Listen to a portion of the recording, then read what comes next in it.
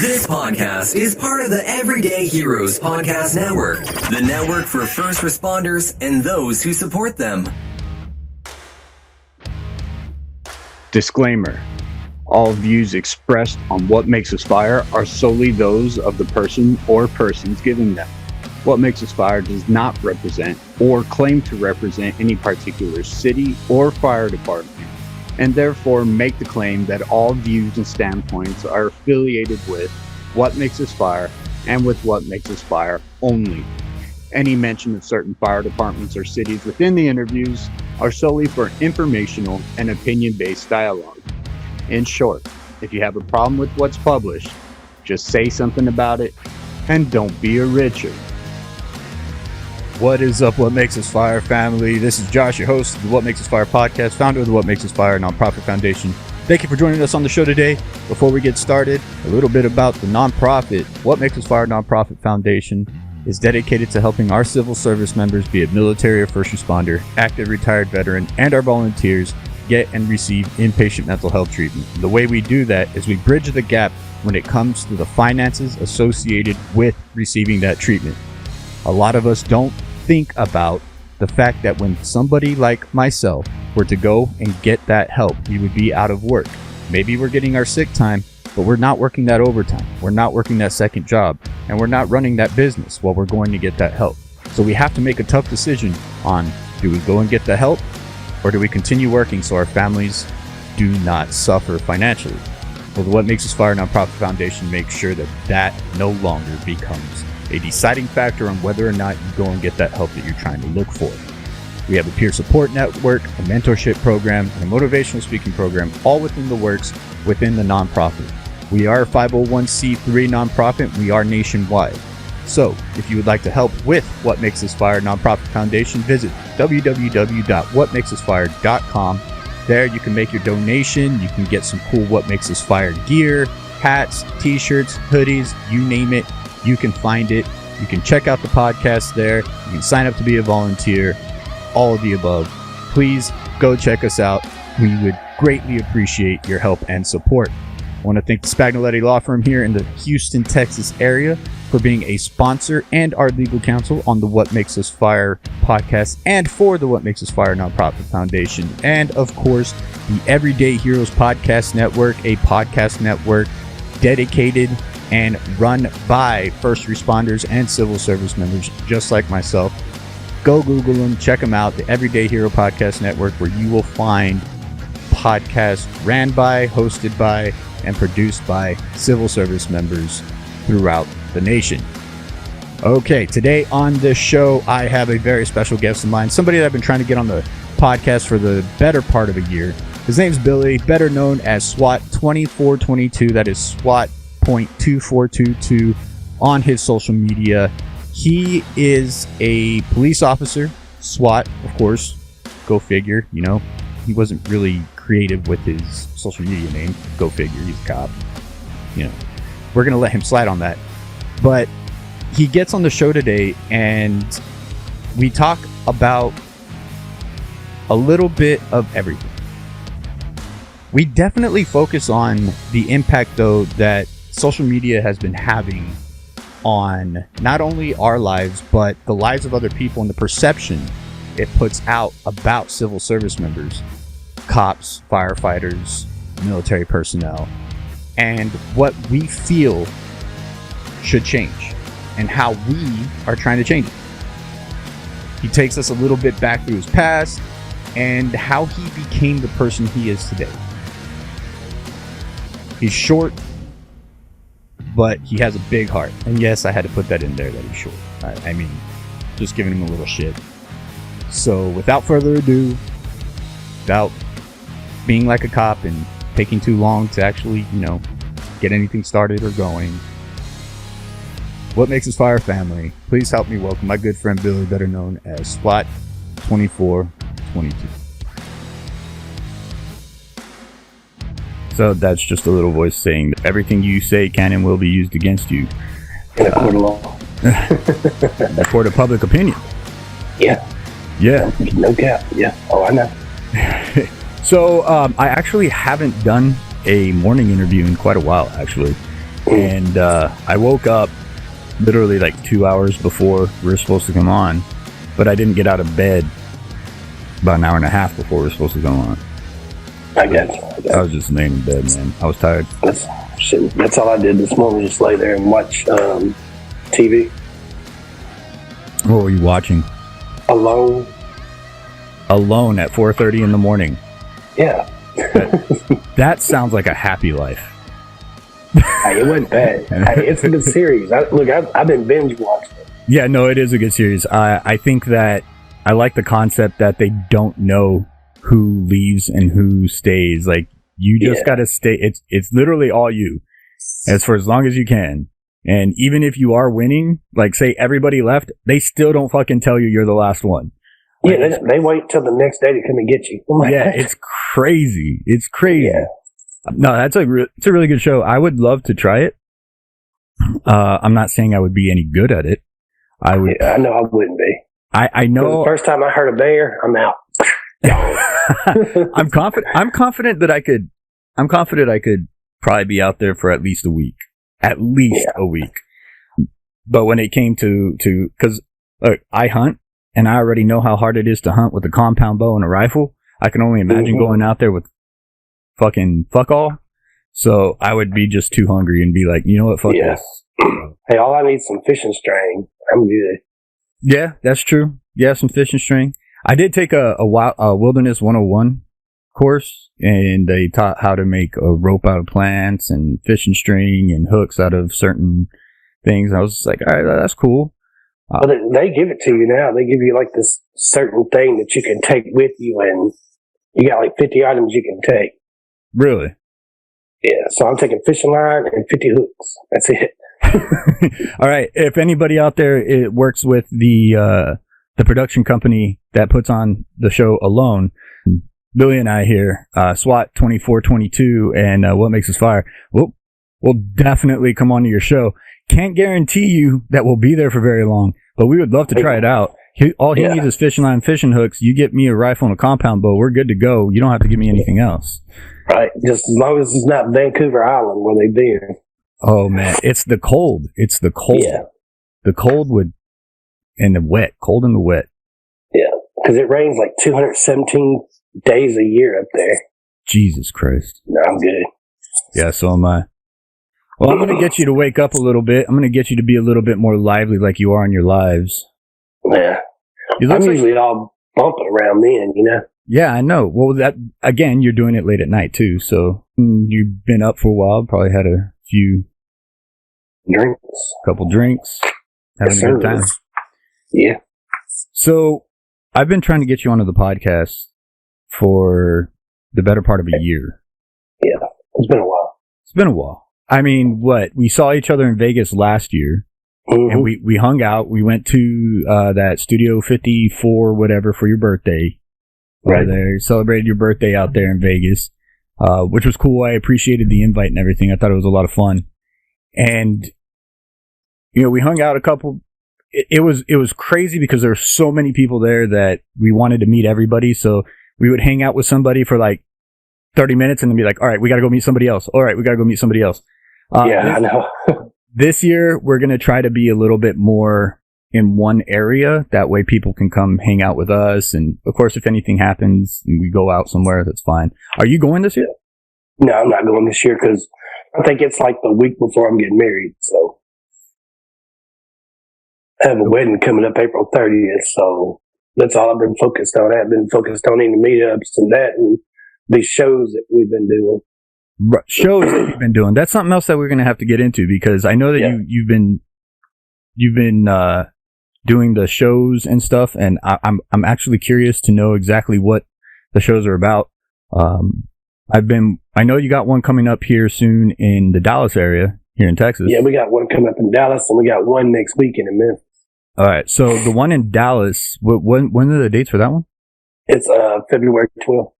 February 20th? 12th, February 12th. Yeah. I can probably make that one. It's gonna be fun. There's gonna be a lot of people there. Yeah, and if I do go there, I would like to at least go backstage and say hi to everybody for at least 5 minutes. Of course. Oh, we don't even go backstage. We just We just mingle in the crowd. Oh, okay. Well, then there you go. Well, that's simple enough. Maybe I can talk to you guys and we can work something out, and What Makes Us Fire can help you all out and promote and stuff like that. Oh, yeah. So the way I usually go about starting the show, man, and we're going to get into it now. Everybody, this is Billy, better known as SWAT2422 on social media. He is a social media creator that has made a name for himself being funny and motivational. And Billy, I hate to tell you this, but you are a social media influencer, bro, whether you like the term or not. See, everybody I say that to. Everybody I say that to. Term. No. Yeah, I'm just you dude are. chilling. No, yeah, but see, but that's the cool thing about it, right? We found a way to make a difference in people's lives by just being ourselves. Yeah, right. I agree. And we're not playing a character. We're not acting any certain way. We're not doing stupid shit just to get the views. We're just being ourselves, and we make a difference in people's lives. And that's one of the reasons why I wanted you on the show in the first place is, one, not only I know you were a civil service member, you're a first responder, but because the content that you were making, it speaks on a level more than just for other civil service members, right? For other first responders. It speaks to everybody, really.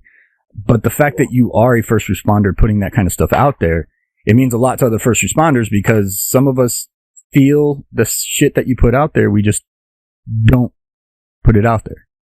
Yeah. And I think some people are just scared to put it out there. Yeah, well, and that's the reason. They're afraid of the stigma. They're afraid of the backlash. They're afraid of the possibilities of being looked at differently.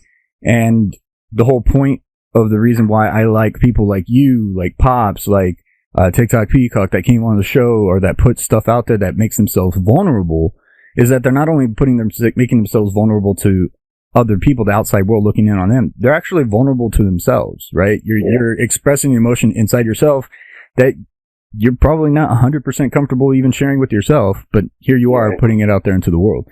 So I found you on TikTok, on social media, about a year ago. And, I knew you were PD and obviously SWAT 2422. I got to keep remembering that because I keep saying that. What did I say last night? 4222? You said 4222. I was like 2422. Yeah. Dyslexia, man. Dyslexia.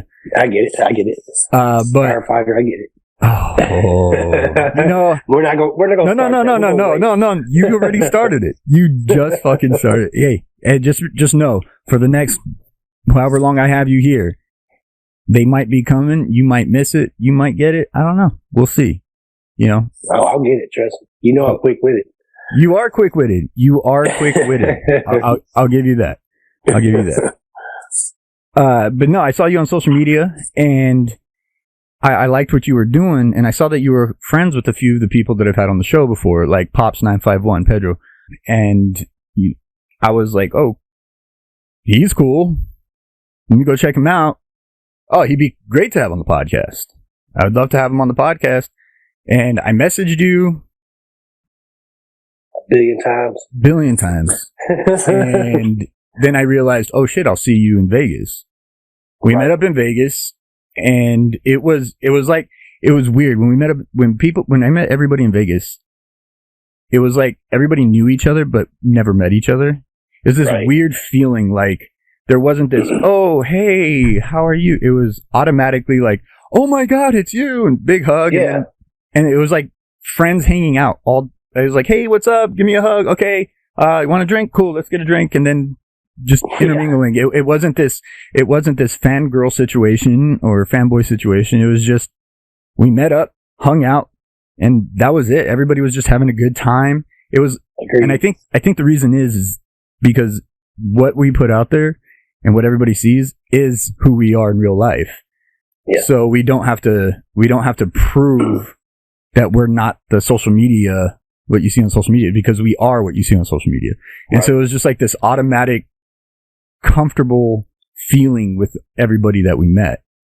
And of course, everybody that we liked, that we wanted to meet. I'm gonna put that out there. Even if I didn't like them, I still wanted to meet them. That's how I am. I'm one of those people. You don't really know anybody until you meet them in person. So I can't sit there and say I don't like him, and then go and meet him. They're like, man, he's a cool ass dude, you know? Yeah, well, you can't say you don't like what he puts on social media. Yeah. You can say that. Like, man, what you put on social media is complete dick, but you're pretty cool in person. I mean, there's that. That's all I can give you. You're a cool guy, but your content sucks. There you go. Yeah, your content sucks, but you're a cool guy. But we hung out, and we were actually planning on recording the episode in Vegas. We were gonna do that, but when then I got pulled like 37 ways. Exactly, you got pulled everywhere. Jeez, man. There was a few fairly large creators that literally did not have time to do anything for themselves. Yep. You, John, Josh, Jay, Chief Nitro, like you guys were everywhere. And as soon as somebody was like, hey, come here, you said, sure, let's go. Like you said no to almost nobody unless it was something that you absolutely had to do. And it was a great experience. I thought it would have been cool to record the episode in person because I did bring my gear just in case I did want to do an episode or record something while I was there. And I was like, oh, this is going to be great, but I can never get a hold of you again after we agreed to do it. And it was upsetting, but I was like, you know what? It's okay. He'll still be on the show at some point. Little did I know it was going to be almost a year fucking later. A lot of stuff changed in a year. Yeah, a lot of stuff did change. A lot of stuff did change. But that's how we met, man. We met in person. We appreciate each other's content. We appreciate each other for who we are and the support that we give each other. So I want to say thank you for coming on the show, man. I really do appreciate you being here. So. Hey, man, anytime. You just got to give me a year notice. That way I can do it next time. No shit. Yeah, anybody else that wants to do a podcast with this, man, ask now because there's going to be This is my first one. Is it? Yeah, it's my first one. Your first podcast? Yeah. Oh, I promise you're going to get more offers after this one. Pops ended up doing a few after Forward Project. Do you know who they are? Yeah. Yeah, they did my podcast, and then like they have been bombarded with people asking them to be on podcasts and news now and everything. I was the first podcast that they were on. I've had several ask, like Jay Terry, he's asked me to do it. I just hadn't done it. I don't know. It's just sitting in front of the screen when there's, words kicking up and then actually talking to somebody, because I'm not much of me sitting there talking to a screen, one thing, but as far as a public speaker, I'm not that guy. Well, you're not talking to the public. You're talking to me. I know, but I'm saying if the public hears this, and I know that in the back of my mind. So, I can instruct. I mean, I'm certified to instruct. I just don't because I don't like talking in front of people. Well, see, that's funny to me because in Vegas, you were loud as fuck. I know. Well, I didn't have no choice. I mean, when I landed, as soon as before I even landed, I was standing in the airport in Charlotte. Because we for some reason, my flight went from Memphis to Charlotte and then from Charlotte to Vegas. Mm-hmm. And I was standing in the airport just chilling by myself. And this dude comes walking up and he's like looking at me in my face. I'm like, turn around, looking at him. I'm like, what's up, bro? He's like, dude, I gotta ask you something. I was like, what? He was like, can I get a picture with you? I was like, what are you talking about? He was like, you're SWAT from TikTok. I was like, bro, just get taking a damn picture. Let's go. I was like, nobody cares about that. And then I get on the plane and here comes 3 people walking down the aisle like, oh my God, that's SWAT. I'm like, I shut the fuck up and get back there. Yeah, no shit. It's like, it was ridiculous, man. And my first night there, I met up with John and Ty Garcia and all them. Mm-hmm. Met up with all them. We all went and ate like some Mexican or whatever, went out, partied that night. But the next night, I think it was Friday night when everybody was getting together, before we went to that studio or whatever, I showed up at the whatever hotel it was at. And man, it was ridiculous. If it wouldn't have been for Ortiz, I wouldn't have been able to eat. Because I had people pulling me here and here and here and here. And everybody's like, damn, just let him eat his wings. They went and bought me like a six piece of wings. They're like, man, just let dude eat. Just let him eat. I was like, I'll be back in just a minute. Let me go eat. I went around the corner, sat down and ate, and came right back. I know. Well, I know. That's what I was saying. Like, the fact that you guys out over there were, you all didn't say no to anybody. Unless, like, you absolutely, I didn't say no to nobody. Yeah, like, you had to eat. And that was the only reason why you would go and hide off for a minute and then come out. We were walking in the Golden Nugget, and I was wearing the What Makes Us Fire hat, and I walked by, everyone's wearing their mask, right? And I'm walking, and some dude goes, "Hey, Josh, What Makes Us Fire?" And I look at him, I'm like, who the fuck are you? Like, I have no idea who this person is, right? No idea. Tall guy, pretty built. And I was like, yeah? And he goes, yeah, it's John. And I'm like, hi, John.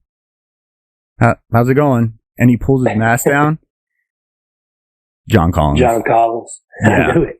I was like, holy shit. I was recognized by John Collins. That's pretty cool. Collins. Look, funny story about John Collins. John Collins is going to be my flower boy at my wedding. Funny story. Oh, really? He's going to be your flower boy? Yeah, he's going to be my flower boy at the wedding. So. That is awesome. Yeah, I was just invited to be a flower boy for somebody's wedding, and I forgot who it was. Uh-oh. That's not. You remember this is recorded, right? You might want to take that out of here. Nah, I'll remember. It'll come back to me. They wanted me to be their flower boy.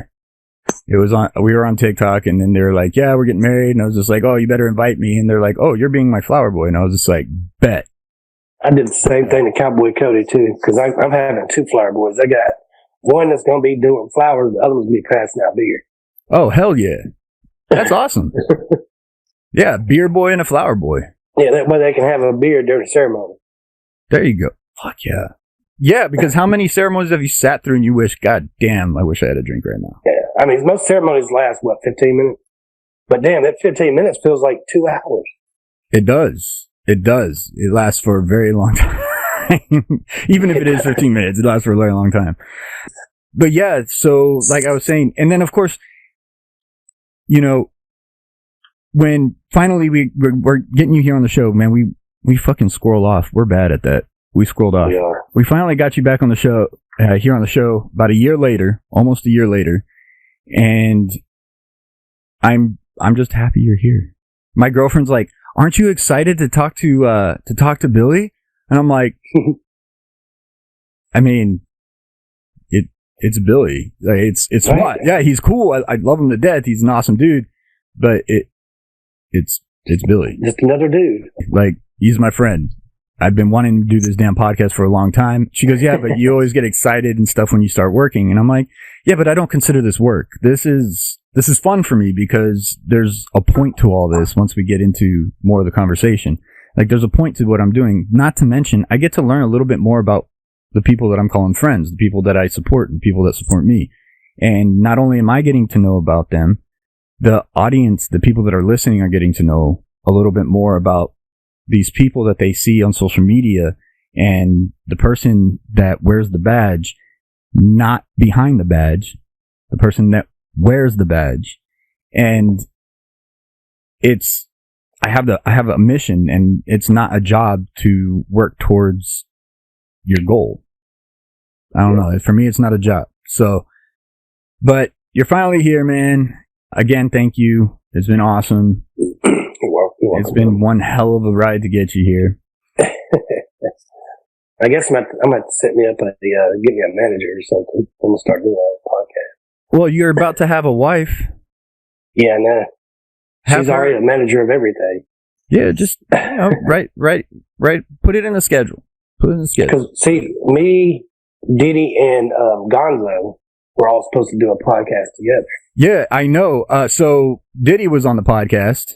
Mm-hmm. And, we talked for about 3 hours, and I don't know if we're going to go that long or not, but anyway, and he told me about you guys were going to do a podcast. And I said, well, if you guys need some help setting everything up and you know how to do anything, let me know, because I'll help you out. I'll be your first guest, whatever the case may be, just to make sure you guys, can launch it and don't make the mistakes I made. And he's like, yeah. Never called me back. Well, see, we started on it, and hey, we're going to do this, we're going to do that. We just hadn't done it yet. I called Chris. I called Boost right before I got on with you, because I might be up in his side of town later on this evening, and I was going to say, hey, maybe we can link up, hook up, hang out. We'll go live on TikTok together. Everybody would be, oh my God, it's What Makes Us Fire and Boost. Yeah, I just got to give a shout out to Boost. If you follow that guy, you're going to lose about 1,000 followers. You can leave that in there because if Boost hears that, he's gonna be like, "Splat, dumbass." Mm-hmm. Oh no, it's true. I followed him. I went from 45K to 42K. Shit, I'm just saying. I followed him, and I went from one account to none. You hear that, Boost? Yeah. You and Diddy both. He followed me. And I remember when Diddy was putting out those damn videos. Follow me, and you get this many followers. I followed you, and I got this. I was like, dude, seriously, man? Are you really trying to go, like, to trick people into following you right now? You're cool enough, content's bro. Content. I get it. I get content's content, but I'm like, man, he's cool enough. He didn't have to do that. You all are cool enough. Y'all don't have to do anything like that. I went on there. I think I went on to Boost one of his posts one day, and I posted in there. I was like, oh my God, I followed you and got 900,000 followers. Man, people went stupid over that post. They're like, man, he already had that. That fool's been on here since 2016. Yeah. No, the dynamic that Blue Line PD and with What Makes Us Fire, I think we've grown a love-hate relationship, more love than hate, but you guys are amazing. I really do appreciate y'all. I love those guys, man. They're good dudes. I love them. I love them to death too. Now I just need to get Chris on, and then I'll have the three main guys from Blue Line PD. But you know, he's worse than you are at calling back. Yeah, that's Boost. That's the way he is. Yeah, I know. The way I want to go with this, man, and we're going to switch topics a little bit. I want to get to know, and I want the audience to get to know a little bit about where you came from, who you are, how'd you grow up, what was childhood like. When I say, let me know where you came from, like, start from when you were little SWAT up until now. It can be as long or as short as you want. I might have a little bit of questions in between. The whole reason why I like doing this and the reason why I like people kind of going through their past and what they've done and what they've been through is because I want people to realize that we were human beings before we ever put on the badge. We were human beings before all of it, and we're still human beings afterwards. We grew up just like everybody else. We didn't just all of a sudden come out of our mama's vaginas at 30-something years old and wore a badge. You know what I mean? Right. Like, it didn't work that way. We still had to grow up. We still had to learn. We still went through our trials in life before we came up to where we're at now, and we're still going through it. So that's why I kind of want to, give us a little bit about your past, man, your history. How'd you grow up? What was childhood like? Parents, all that fun stuff. Well, I grew up in Mississippi, and there's a little bitty town called Arkansas, and my family wasn't wealthy whatsoever. That's the reason I do all these fundraisers and stuff now, because if I see somebody struggling, because I know my family did when I was younger. At the time, my mama didn't work. It was just my daddy working, and I have a brother and a sister. So basically, my dad's trying to, pay for all of us, including my mom. And my family had a whole bunch of health issues. My uncle passed away from heart. He had a heart transplant, and he was like my little idol. I went fishing with him. He taught me how to hunt, taught me everything. It kind of put me in the dumps for a while, and then went to school. I wasn't too bad in school. I guess I was like a little asshole in school. I wasn't a bully or nothing. I was just an asshole like I am now. I was a class clown. And then my sister, she got diagnosed with scoliosis when she was fairly young. So I always had to take up for her because she had to wear a back brace and stuff like that. And kids would pick on her all the time, which pissed me off because I'm not that type of person just going to pick on somebody. Right. And from there, I graduated high school, didn't go to college. I wanted to go out and be a big boy and go to work where my daddy was working, trying to make money, because at the time it was a factory job. At 18 years old, I was making $17 an hour in a factory. I mean, who would want that? That's damn good at 18 years old. Yeah. So I got tired of it, and I wanted to do alarms because I had to take home vehicle and all this. So I went to work with ADT. Worked at ADT for a while. Went to another alarm company. It was going to pay me more.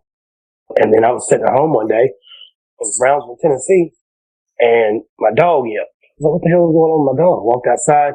Neighbor shot my dog. So I called the police department. I was like, hey, the neighbor just shot my dog. Well, we don't have no evidence. There's a whole damn bullet hole coming from this side to my side. Mm-hmm. So they didn't do shit about it. So me being me, I see an ad in the paper because they used to put ads in papers that, hey, we have openings. No, seriously. I know. That's how I first started looking for a job, is looking at job ads in papers. Like wanted ads. They were like, hey, the town that I was living in, they were like, hey, we have an opening for a police officer. I'm like, oh shit, here we go. So I went up there and they gave me like an entrance exam. Took the entrance exam, and about, I'd say a week later, the chief called me in for an interview. Well, we sat in there, he didn't interview me, he just sat in there and talked. I mean, just chit-chatted and bullshitted. And then the next day, all I know is he called me and said, hey, we want you to come to work. That was that was December of 2004. I started my first department in 2004, and I stayed there for, I don't know how long, a while. And I went to the academy 2 weeks after I'd started the department. I had no idea about anything in law enforcement. I was scared to death. And about, I'd say probably right around 10 years ago, my sister was diagnosed with she had real bad heart problems. And she was in the hospital she was in a coma for probably, I don't know, maybe a week and a half, 2 weeks. Mm-hmm. And, when somebody says, because anybody that knows me, and whoever's listening to this, they know how me and my sister are. My sister is my lifeline. I'm not her bigger brother. I'm the middle child, but I look up to her being a little sister and everything she's gone through, because she's had the worst fucking life in the world that you could ever dream of. And, I do everything I can. I mean, she's got a daughter, and, I don't try to, and she's like the strongest fucking person. If it was me, I'd have gave up a long time ago. Even though I feel that I got the heart, even though her heart is fucked up and it's all torn up, and she's had surgery on it probably about 7 times. Oh, wow. Yeah, she had 3 surgeries in 2 days, and she died, I think, 3 times on the operating table. So she's still kicking now. And she's still kicking. Hell yeah. And, that's what I tell everybody. I try to tell everybody, I don't do quotes and stuff, but the reason I get amped up on my live and I'm all jumping around and partying and stuff is because I don't know if I'm going to be here tomorrow. So I'm going to take this day and I'm going to live this day like it's going to be my last one, and I won't be here tomorrow. I want people to know, hey, this is what he did today. That I don't want to be that person. They're like, well, we don't know who the fuck he is because he never did shit for nobody, Right. That's the reason I've made my platform pretty much about doing fundraisers and stuff, because I like doing fundraisers because it helps somebody else out. I'm helping somebody because I don't care about helping myself. I want to help other people to let them know that, police ain't that bad. We're out here trying to do good shit for the community too, even though it ain't my community.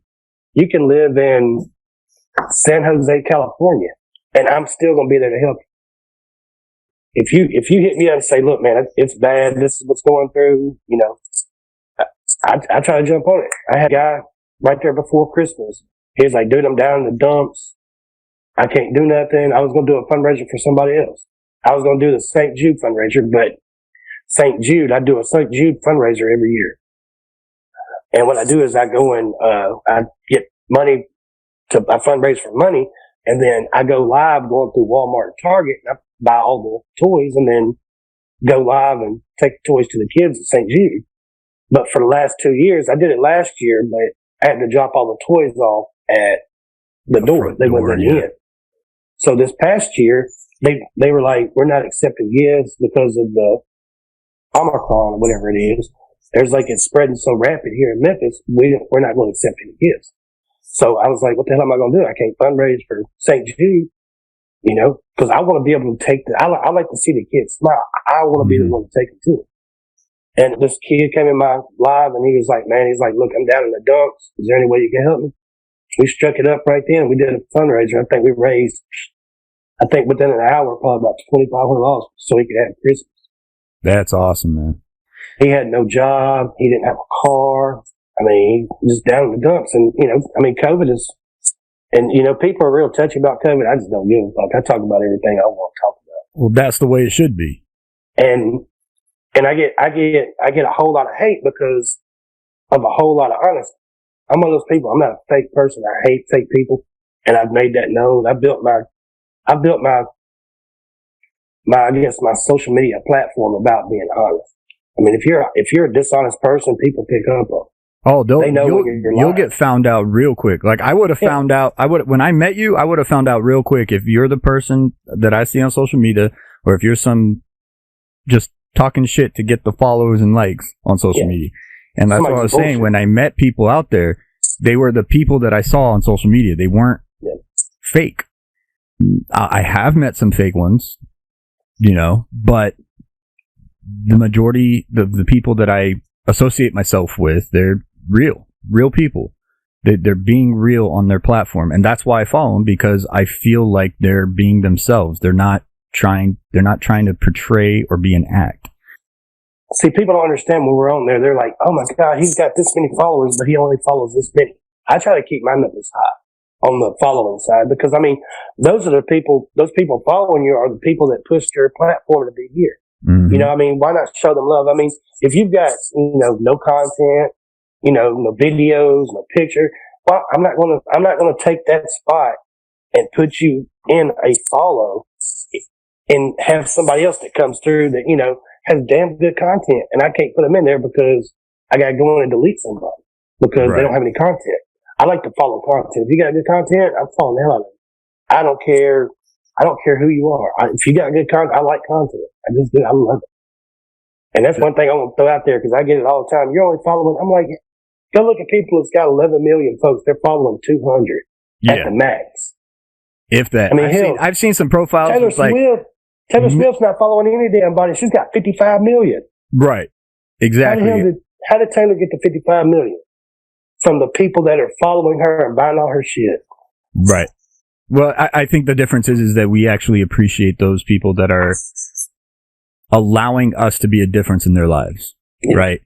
And they make the choice to allow us to be that difference for them. We're not doing it to be the difference. They're allowing us to be the difference. They're choosing that what we have to say and how we are make a difference for them. And it means a lot to us, because it makes us feel like we have a sense of purpose for being ourselves. And a lot of times, sometimes we get down in the dumps because what we're going through and how we feel about ourselves sometimes doesn't feel enough for ourselves. But if we're enough for somebody else, it gives us that little bit of a boost to, all right, well, if I'm enough for somebody else, maybe I can be enough for myself. I want to take it back a little bit, back to your childhood again. You said you guys grew up poor, and I can relate to that. I went through a tragedy when I was a child. A pretty bad situation happened to me, and it was during the time that my parents were getting a divorce, and I didn't say anything about what happened because the last thing I wanted was to add more bad to what I already thought was happening that was bad. My parents are getting divorced. The last thing I want to tell them is that this thing that happened to me. And anybody that's seen my lives or has heard past podcasts, you know what I'm talking about. I'm not going to get into it right now because it's not about me. But when my parents were going through divorce, we were with my mom. My mom did her best to provide, and we grew up poor, man. We grew up poor. I mean, I'm talking like, when the washer flooded out the house, I mean, we were sitting on concrete floors, no couches, a used mattress, and a TV, and that's what we had to eat on, sleep on, we grew up poor, My mom worked so much, and she was providing, and I don't hold anything against her for that, but because she was working so much, sometimes she didn't have time to cook, so when I was in school, after school in elementary, they had after school programs, right? So you can go play flag football. They had a chess club. They had all these other cool clubs and everything. Guess who was the only dude in home ec? You. Yep. And me. I was 7, 8 years old in a home ec class so I can learn how to cook. So that way I can help my mom cook food for my siblings. So I can learn to cook food for my siblings because, sometimes she couldn't. And I tell you, because of that, to this day, I will never eat French toast again because I can't tell you how many times I fucking made French toast, man.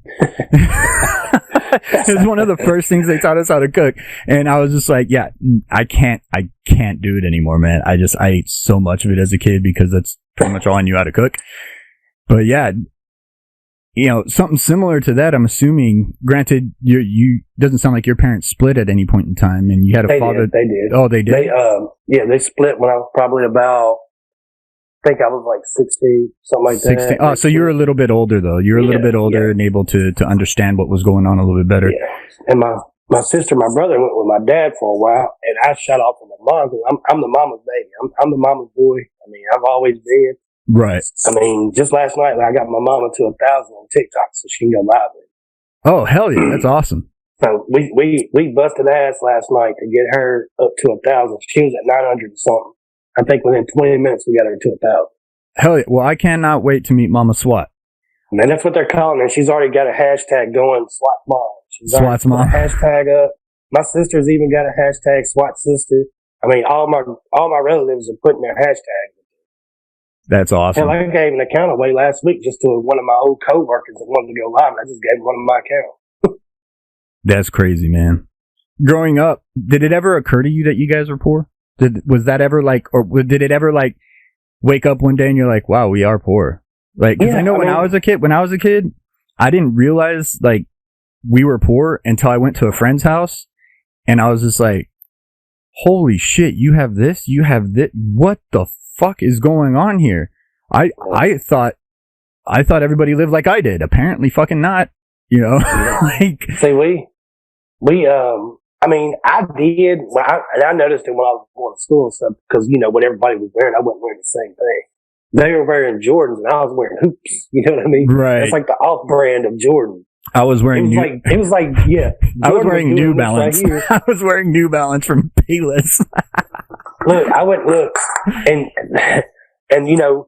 Jordan was up like this right here, and the hoops, and somebody dunking the ball backwards, yeah. Shaquille O'Neal. So, and then LA Gear, the lights didn't even work. I mean, I'd just be walking and the lights wouldn't even work. The lights wouldn't even work. Yeah, I remember those. How did you handle that, man? For me, it was a sense of, well, I understood that, we're surviving and my parents are doing the best they could. But at the same time, it was a little bit like, well, fuck, how come I don't, why is my family struggling and their family not? You know what I mean? It was like, yeah, what the hell? See, I knew because I knew that I had a brother and sister. Our Christmases were great. I mean, they went all out. We got, we wanted this. They made sure, we got it. But as far as dealing with it, I knew my parents were doing the best they could because they were, pretty much taking care of my grandmother, my uncle. I mean, we had, and my cousin, we had so much going on. I knew they were doing the best they could. And being grown up, I've looked at that as a strength. That's one of my biggest strengths is the way I grew up, because my daughter has not grown up like that whatsoever, because I busted my ass to make sure she gets everything she wants. I want her to be able to get the stuff that I didn't get when I was her age. Right. Hell, when I was 17, I had a raggedy ass truck. I mean, it was the raggediest truck you could think of. Nothing good to it at all. And just for Christmas, I went and gave her my damn Chevrolet Avalanche. I just gave it to her. Took her the keys. Because I want her to have, something good. Because all of her friends are driving all these jacked up Jeeps and stuff like that. Might I add, I'm not going to buy no damn jacked up Jeep. Because, one, I hate Jeeps. Pam loves Jeeps, but I hate them. And they're expensive as shit. I'm on police salary. We don't make that much. No. So no first responder salary makes that much. Yeah. So, I wanted her to have something she can, pull up in the parking lot and be like, yeah, this is my whip right here. It's like, right. I wanted her to have something that's going to last her because she's going to be going to Mississippi State next year. Oh, congratulations. I mean, super. I mean, this kid is brilliant. I mean, she is. I don't know where she gets it from. She don't get it from me. I know that. Yeah, my daughter was getting letters from NMSU, Baylor. She's a sophomore. She's already getting admission letters. And it's that's like, Jesus Christ. Yeah, she just got her permit. She's 15. So yeah, see, my daughter graduates this year. Whew, but man, she'll be off to Mississippi State in the fall. She's already got accepted.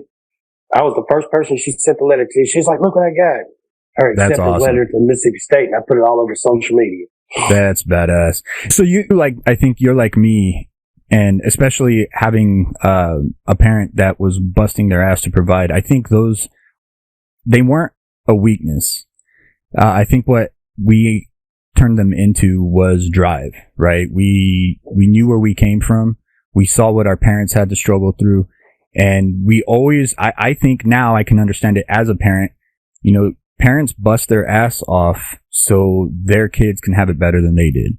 And I understand now, being older and being a parent, what that means, right? I saw my parents struggle. I saw them, cry tears when they felt like they just didn't have enough money for food, and did everything they could to provide and show love. And I think as much as it hurt at the time, it was building strength within ourselves for when we got older and we got into those situations. We knew how hard we had to work, and it was a drive. I was talking about this the other day with somebody, and a lot of people ask God for strength, and when they ask God for strength, they seem to be constantly in a battle, constantly struggling with something.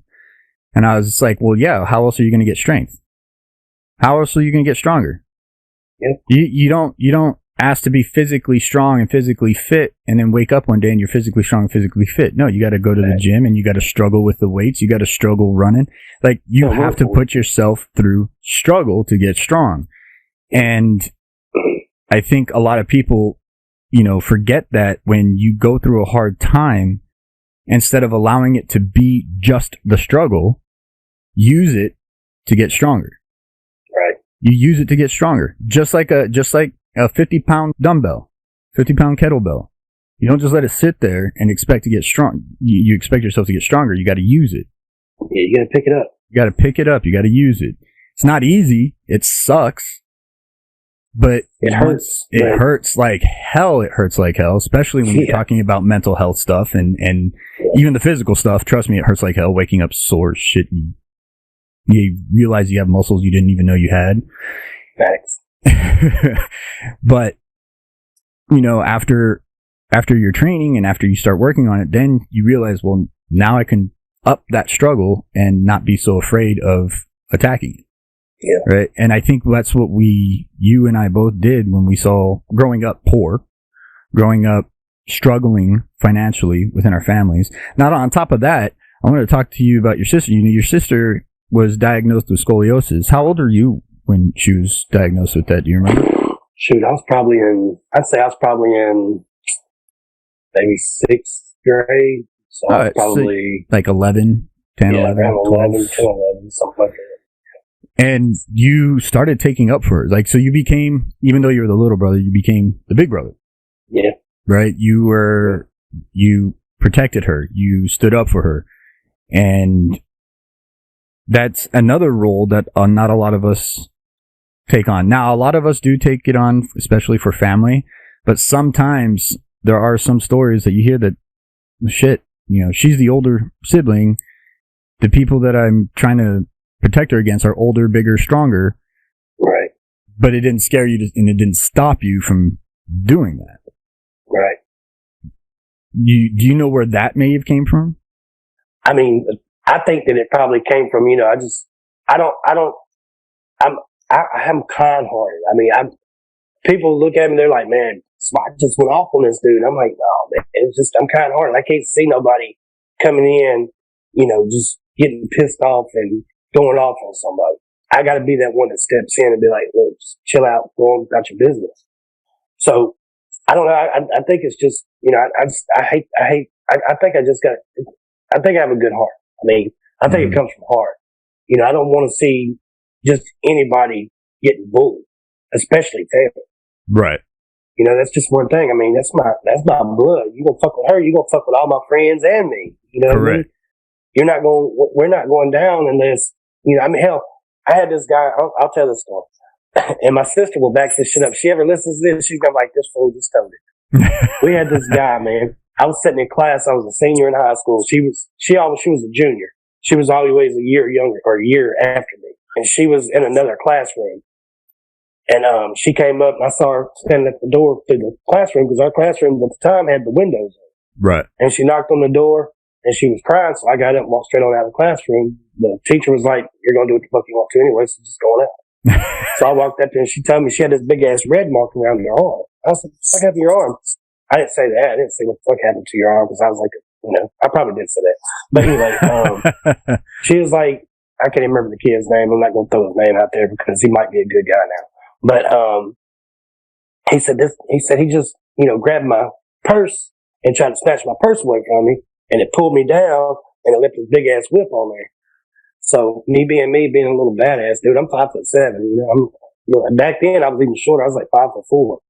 And I go busting up in the classroom where he was at, and it was like one of our cool teachers. She's like, "Hey, what's going on?" And I was like, I turned around and looked at him and said, "Me and you after school." I said, "What you just did to her arm, I'm gonna do to your nose." I said, "Facts on facts." And we had this store that we always met at. At the end of school, we always met at this one little store because we lived in the country. Right. And we had two stores. We had a stop, a four-way stop. That was it. Two stores, a four-way stop, and a volunteer fire department. That's all we had. And the post office. Can't leave the post office out. So I told him, I was like, meet me up here at Easy Stop at the end of the day. So we get up there, whatever, and, business happens to business. We get to school the next day. Motherfucker checked out and went to another school. Homeboy just straight up rolled out of school altogether. He's like, "Fuck that, I ain't taking another ass whipping like that." Wow. And I did that just because, I was protecting my sister. Mm-hmm. I mean, she, I knew that she had back problems and stuff, and she was older at the time, but still, I didn't like nobody fucking with my sister like that. And she was the same with me. If I had a problem or, some girl done jacked up or whatever, she'd smack the shit out of them real quick. Man, that's how we grew up. We grew up taking care of each other. I was trying to be her protector, and she was trying to be mine, and she still does. Yeah, she still does. I've seen her in a few of your lives as a moderator and everything. Oh, yeah. She don't play around. No, she don't. That story I don't think is very too uncommon. I think family, especially growing up, being close in age and stuff, going to the same school, like, we take care of our family, right? We take care of our siblings and stuff like that. You see movies about it all the time. I think it's a common thing that you don't fuck with family and friends. Like, that's just, you don't. And if you do, you fuck with them, you're fucking with everybody. And that's the way it is. Especially if that person you're fucking with has your heart, right? Yeah. And family always has your heart. They always do. You've kept this sense of being a protector going on throughout high school and everything. And you, at one point, after your dog got shot, now, I guess I kind of missed, what was it about your dog getting shot that had you think, okay, maybe police officer? Because they wouldn't do anything about it. And so you wanted to be somebody that would do something about it. Yeah, I'm going to be that person to go out there, no matter what the call was or anything like that. I'm going to be the one that shows up. And I'm going to do whatever I can do to get to the bottom of it, take care of it, solve it. Mm-hmm. If I have to make an arrest, I'll make an arrest. If I don't have to make an arrest, I'll walk out. But I wanted people to be held accountable for their actions. Right. It didn't matter if it was, and it's true to this day. I don't care if you're a cop or a civilian. If you fuck up, you need to be held accountable. That's absolutely. And it don't matter who you are, period. If you can just admit that you fucked up, just admit that you fucked up. Yep. It's okay. I failed. You fucked up. Mistakes, you know what? God made mistakes so they can be forgiven. I mean, some mistakes are not mistakes. I mean, they're deliberate. But if it's a mistake, mistakes are meant to be forgiven. Because I'm one of those people that, you can never live towards the future if your ass is always in the past. That's exactly right. That's exactly right. And I've got a bunch of people on TikTok that are fucking felons that I go in their lives and talk to them and shit. You know what? I don't judge them on their past because they made a mistake. I'm more of a rehabilitator than I am a incarcerator. You know what I mean? I'd rather help somebody get through something than to throw their ass in jail. I don't know. When I was a rookie, oh man, I was balls to the wall, boy. Every damn week I was taking somebody's ass to jail. But now that I got older, and times have changed. Social media is out there, phones are out there. You got to adapt with the times, right? And and cops get all pissed off. And I look at social media a lot. Cops get all pissed off. Well, they shouldn't be bashing that cop like that and stuff like that. You know what? He probably deserves it. But on the other hand, people are on there like, man, that cop be fired. You don't know what the fuck made him do that. Yeah, that's the one thing that I'm very like. I like to keep my fucking mouth shut whenever I see something. Right, whenever I see something on the news, something on social media of any type of civil service member. Obviously now it's cops, but whenever there's a story that sheds quote unquote bad light on the first responder, I keep my mouth shut. I keep my mouth shut. I don't give the benefit of the doubt. I don't disagree. I just keep my mouth shut. And I'm like, I'm going to wait until it all comes out. And then I'll make my opinion. Now, if you're going to ask me hypotheticals, sure, I can do hypotheticals all day. Right? Like, if what they're saying is true, hypothetically, if what they're saying is true, yes, that was wrong. Hypothetically, if they're not giving the full story, then no, they probably did the right thing. Like, we'll talk hypotheticals all day. That I can do, but I am not going to give an absolute opinion based on minimal information. Like, and it's like people are like, hey, what would you do in that scenario? I don't know. I'm not in that scenario. Exactly. And that's the thing is, when you go to court and you're charged with something, you are literally given the chance to put everything out there, every bit of information out there, every little nook, cranny, piece of hair, doesn't matter. All of it, so you can try to prove innocence, right? Okay, cool. Why, in the court of public opinion, why does it not work that way? It should work that way because that's the way it works in the court system. Right. Like, the court system actually says you get your chance to prove your innocence and the prosecution gets to try to prove your guilt. Right. You are not guilty until you are judged by your peers. It's as simple as that. After everything is laid out on the table, not just bits and pieces or a 15-second clip of a 30-minute video.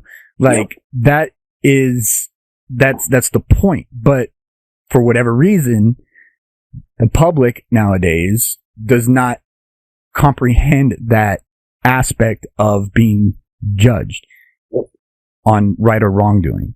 And it's a pain in the ass. It's annoying as hell. When you touch on the 15-second thing, on the 15-second clips, the thing about it is, that 15-second video, you just saw that cop punch that guy, right?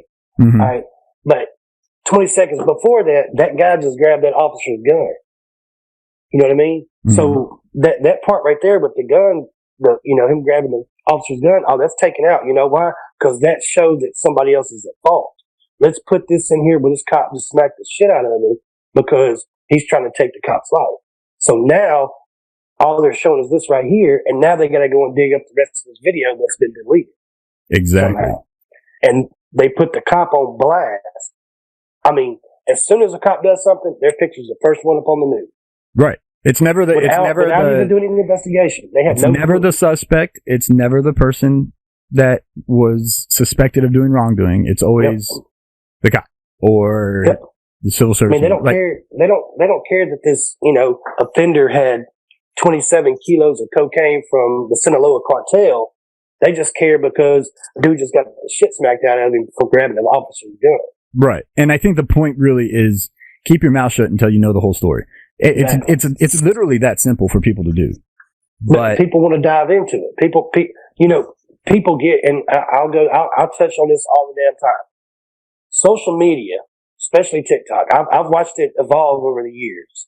It went from probably the best app has ever been on to just complete shit.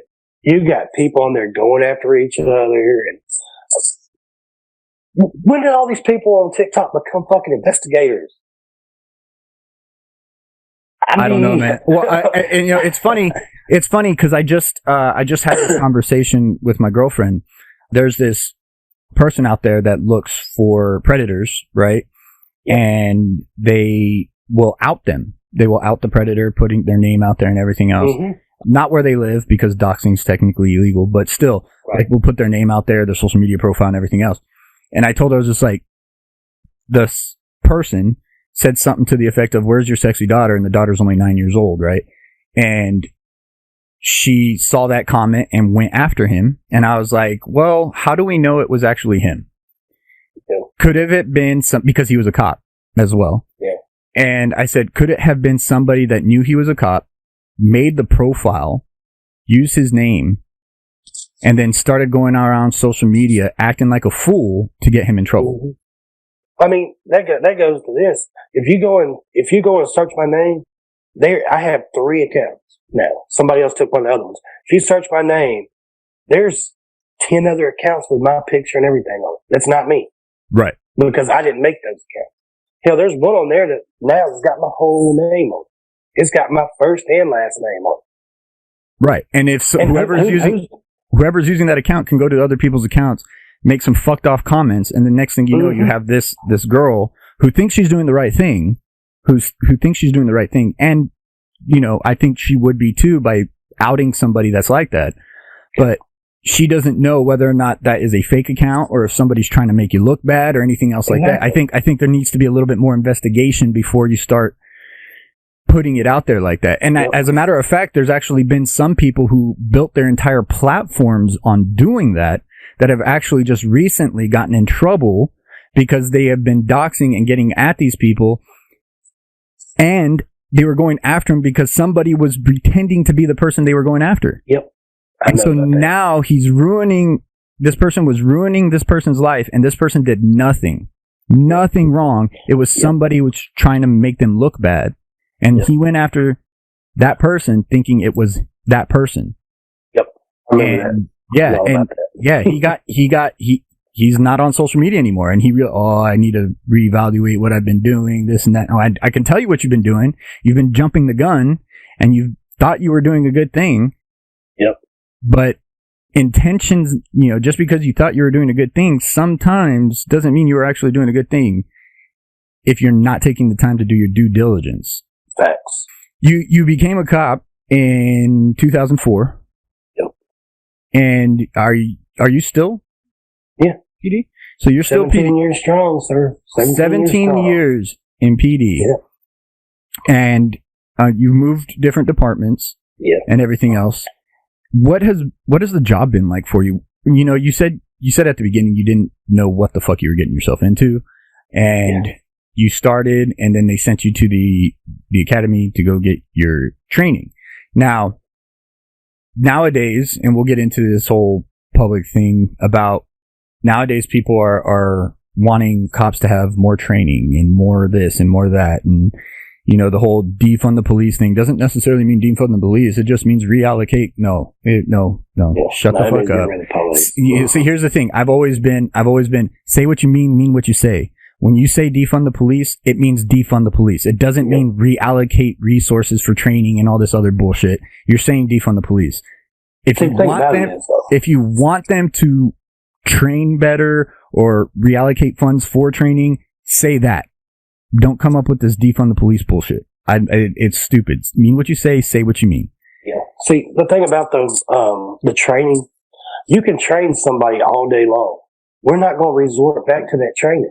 I mean, because when you're in a situation, if it's a fight or flight situation, I mean, that's what you're doing. You're not going to sit there and think about, what did the instructor say I should do about this? You don't have time to think that.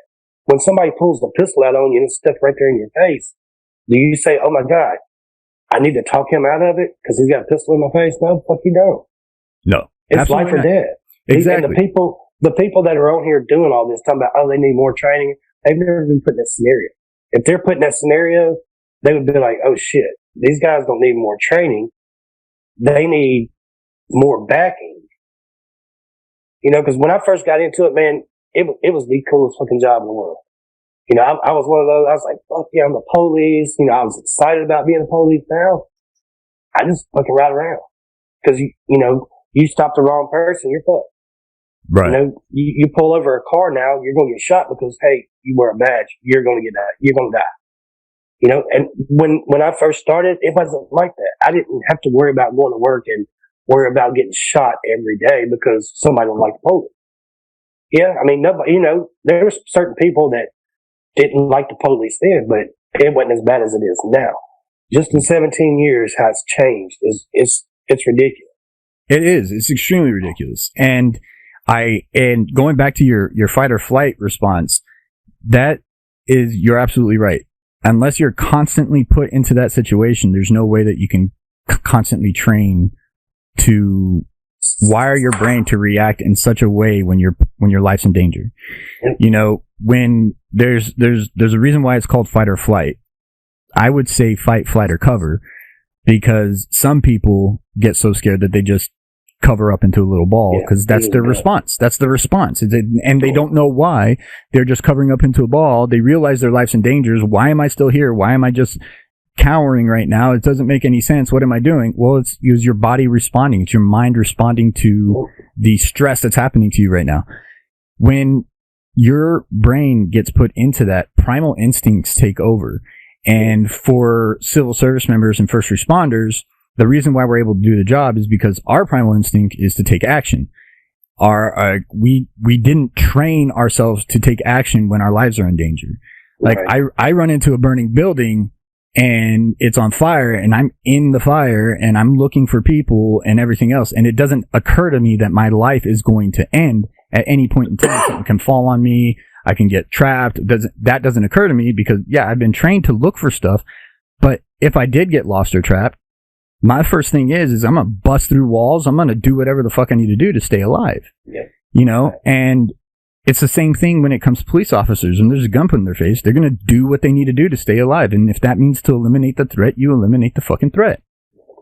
And because at the bottom line, if you take the badge off of us, we're just a fucking person. You're a human being. Exactly. We all have families. And that's where I was going. Imagine you were in a fire, not a trained firefighter at all. Not a trained firefighter at all. You realize you're in a fire. What's your first instinct going to be? You're going to do everything you can to get the fuck out of that fire. Yeah, exactly. If you have, a firearm put in your face and you have your own firearm, what are you going to do? What's the first thing that's going to happen? What's the first thought? Are you going to just be like, let's talk them down, this and that and this? Or are you going to do everything you can to fight for your life? Yeah, you're going to do everything you can to fight for your life as just a human being. As just a human being. This is without being a police officer, without being a firefighter. As a human being, you're going to do everything you can for self-preservation. It's a primal instinct. We're human. All humans have it. And I think it's getting lost on people that no matter how much you train, primal instinct takes over when our lives are in danger. It does. And it's as simple as that. And if you can break it down to the human level and put yourself in somebody else's shoes for a fucking split second and realize, holy shit, that cop had a gun in his face, or somebody was trying to steal his gun to use it against him, or he was getting his ass beat, then you do what you need to do to survive. I knew if it was me, and I'm not a cop, if I'm getting my ass beat and I have a firearm on me, I'm going to do what I need to do to survive. If I'm getting beaten to a point where I feel like I'm going to die, you better fucking believe I'm going to do what I need to do to survive. Thanks. I have family and friends in my life. I'm not done living it. So I'm going to do what I need to do. And if that means eliminating the threat, I'm going to eliminate the threat. And it's changed nowadays because nowadays we have the court of public opinion. It's ruling everything. And unfortunately, first responders, with the job that we do, we answer to politicians, and politicians seem to have the power, but themselves have never been put in the situation that we've been in. Right. And we're looked at as scoundrels or dogs for responding to saving our own ass. Yep. But in the same aspect, you do have some bad ones out there. It happens. I mean, you can't grow an apple tree and expect every apple on that tree to be good. one's going to have a worm in it. Hell, probably two's going to have a worm in it. But you can't be that guy that's like, oh, maybe he did this wrong or maybe he did that wrong. No, if the motherfucker did it wrong, he did it wrong. He needs to be, he needs to be held accountable. 100%. It's all about accountability now. Absolutely. If you're sitting there and you're like, oh man, that cop did a good thing, and I hate talking about it, but the George Floyd situation, I hate talking about it because that dude was just, he was just straight up shithead. It don't matter if dude's, cracked out or any damn thing else or what he's got in his system. That's not training. Sitting there doing what he did, that's not training. That's basically fucking holding a water hose down a cat's throat. Right. When everything came out, because now that I can speak about it, when everything came out, yes, what he did was absolutely fucking wrong. It was absolutely 100%. Fucking wrong. And he needs to be held accountable for his actions. Police in general do not need to be held accountable for his action. Yep. That was that individual's action. Let's put it this way. If I go out to a restaurant and I have a waiter and they are just a really shitty fucking waiter, they were horrible with the service and everything was just, their attitude was bad. I'm not going to start treating every single waiter that I go to from that point on like they are automatically going to be shitty people. Right. Why do we do that with civil service members, but we don't do that at all with any other? Like, there's bad teachers, there's bad politicians, we don't do that with anything else other than the first responders. Yeah, there's bad firefighters. There's bad everything. There's bad everything. Exactly. But for some reason, police officers were tied to the actions of a few. The whole was tied to the actions of a few. And in my opinion, it's complete bullshit. You can't judge the bunch by the one. See, but I tell everybody, you can't judge a book just by the table of contents. You got to read through. That way you can see every damn word in the book. Exactly. And that's the way it should be. But for some reason, police officers are being tied to the actions of a few. Yep. And I'm going to say something else about this too. You have to remember, what does the news show you? It shows you... It's negative? Well, not even that. It shows you the unnormal, right? Because if it was always normal, it'd be boring news, right? If it was normal and that's all they showed you, it'd be boring freaking news. Right. So they show you the things that are newsworthy, things that don't usually happen, things that are suspenseful, right? And so when you see these stories, you have to remember they're showing you the suspenseful part. They're showing you the unnormal part, the unregular, the part of whatever it is they're showing you, and the part of the life that they're showing you is because it happens so minutely that it's newsworthy. So when you see these stories of a bad actor, cop, or in any stretch of the imagination, it's because it's not fucking normal. Yep. More often than not, cops are doing the right thing. They're doing good work and everything else. But what they're sensationalizing on the news are the minimal stories. See, right? They're sensationalizing the minimal stories. It's not as normal as the news would want you to believe. Yep. It's really not. It's just, those are newsworthy. If they were to tell you the everyday of what a police department looks like, or a fire department, or the military, or EMS, whatever, if they were to show you the stories every day, the good stories every day, you would get bored out of your mind. Yep. Because there's so much more good stories and good things happening within this line of work that when something bad happens, it's newsworthy. Yeah. So that's like me. I was put on the news in Houston all the way up here over a social media post that I made. And all it was a transition of me, like, I was going to punch the mirror, because, I put on there, I put like the, when the media has ousted you as being, all the cops being bad or whatever, but I'm just here to let y'all know there's still some. And it transitioned into me punching the window into, my fiance hugging me. it's all going to be good. It's all going to be fine. But everybody took it as me beating her. I'm like, how the fuck did you get that out of this? Yeah, they're like, they popped on there. Oh, he's part of the 40% because evidently cops are like, or 60%, whatever. Cops are like 40 or 60%, 30%, whatever the damn stat is now, as far as being abusers in the relationship. And they took a video of me punching a mirror into hugging my fiance as being abusive. What? And the news media put me on the news in Houston, in your damn area, for being an abuser. You know what? It must have been it. I guarantee you, it wasn't Fox. It was Fox. Yeah, it was Fox. Jesus I still got the reel on my phone.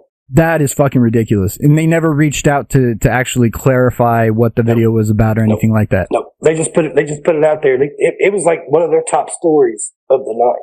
Because somebody sent me they came in my live. I was live. Mm-hmm. They came in my live. And it's like, Swat, you got to. I was like, see what? It's like they just put you on the news in Houston. And I was like, what? I was like, damn, I'd have made the news.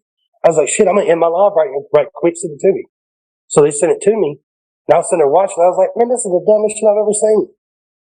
Man, they never reached out. They never reached out to you. No, they did not. The news never reached out to say, hey, I put it in words what the video was about. It was about the media, saying all cops are bad when we're not. There's still some good ones out there. And I said something about, some days I want to throw this badge out the window. Mm-hmm. But, other days I'm like, I still have good to do here. And the comments, it got 500,000 likes or 500,000 views in an hour. It blew up. It exploded. Right. And it got to the point to where I had to go put it on private because of all the shit that was going on just because it hit the news. Hey, news media, you literally just proved his fucking point by doing what you did, by the way.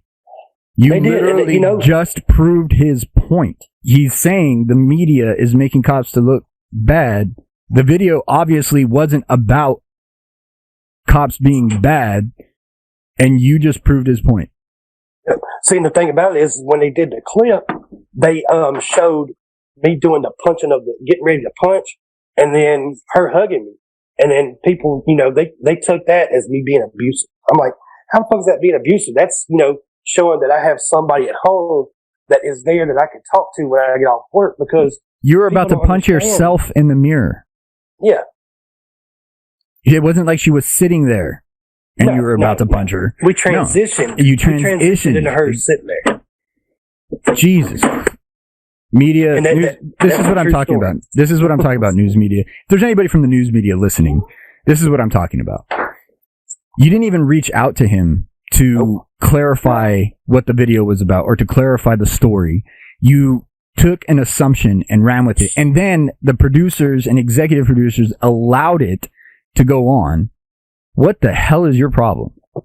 You guys talk about wanting to be real news and honest and all this other bullshit, and yet you pull shit like this. A social media creator who's a cop, who is saying that the media is doing exactly what you fucking did, and he's basically asking you guys to stop and help, at least, and you go off and pull this shit, that's complete bullshit. Yep. It's the same thing about a year and a half ago.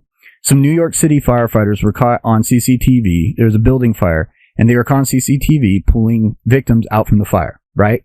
Mm-hmm. And when they were pulling them out into the hallway, they were dragging them by the collars, they were dragging them by the arms and everything else. It looked ugly. It didn't look pretty. But here's the thing. That's how we're trained to pull you out of a fire. Why do we grab you by the collar and why do we grab you by the arms and keep you low to the ground and drag you? It's to keep you in the area where the air is at least going to try to keep you alive, right? It doesn't look pretty. It's not pretty.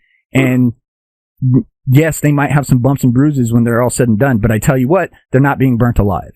The thing about it is they watch movies and they see all these movies of firemen just picking them up like in a fireman's carry and just carrying them. Yeah, it doesn't work that way. We would never put somebody over our shoulders and stand up and walk through smoke and have that person without any breathing protection breathe in all that smoke and heat. No, sorry. We drag them on the ground. Yeah, we drag them on the ground. We drag them. Okay? Mm-hmm. That's the way to get them out. as safely as possible. Does it look pretty? No. Is it ugly? Yes. Do they get bumps and bruises? They probably do. But I tell you what, they're not getting burnt alive, and they're not suffocating from smoke. But anyway, the court of public opinion started bashing these firefighters, man. Just bashing them. Like, how could they? That is so inhumane. They should have been more cautious on how they were handling them, because I think some of them were kids as well. And I was just like, you all have no fucking clue how this shit works. And here you are bashing firefighters. Yep. And I'm like, you have no fucking clue that what they did is exactly what they're trained to do. It's ignorance, man. It's ignorance. The thing about it is these are the same people that are running from everything while we're running to it. Exactly. You tell me another person besides the military that runs towards bullets. When shots are being fired, you don't see, a regular citizen like, oh, let me run over here and, do this. No, nobody. It's instinct, fight or flight, and 90% of the people are going to fight. They're going to run. They're going to get behind cover. But yet, if you have a active shooter, are you going to fucking call the media and say, "Hey, we need you to go in here and video this while this guy's actively shooting"? Yeah, they wouldn't do that. No, exactly. Guess who's going to go in there and fucking take care of the active shooter? Exactly. The police. And believe it or not, the fire department and EMS department are actually training now with SWATs, where we actually go in and we will clear rooms with them looking for victims. So we'll triage with you guys. You guys will go in, clear a room, and it's like a whole team effort.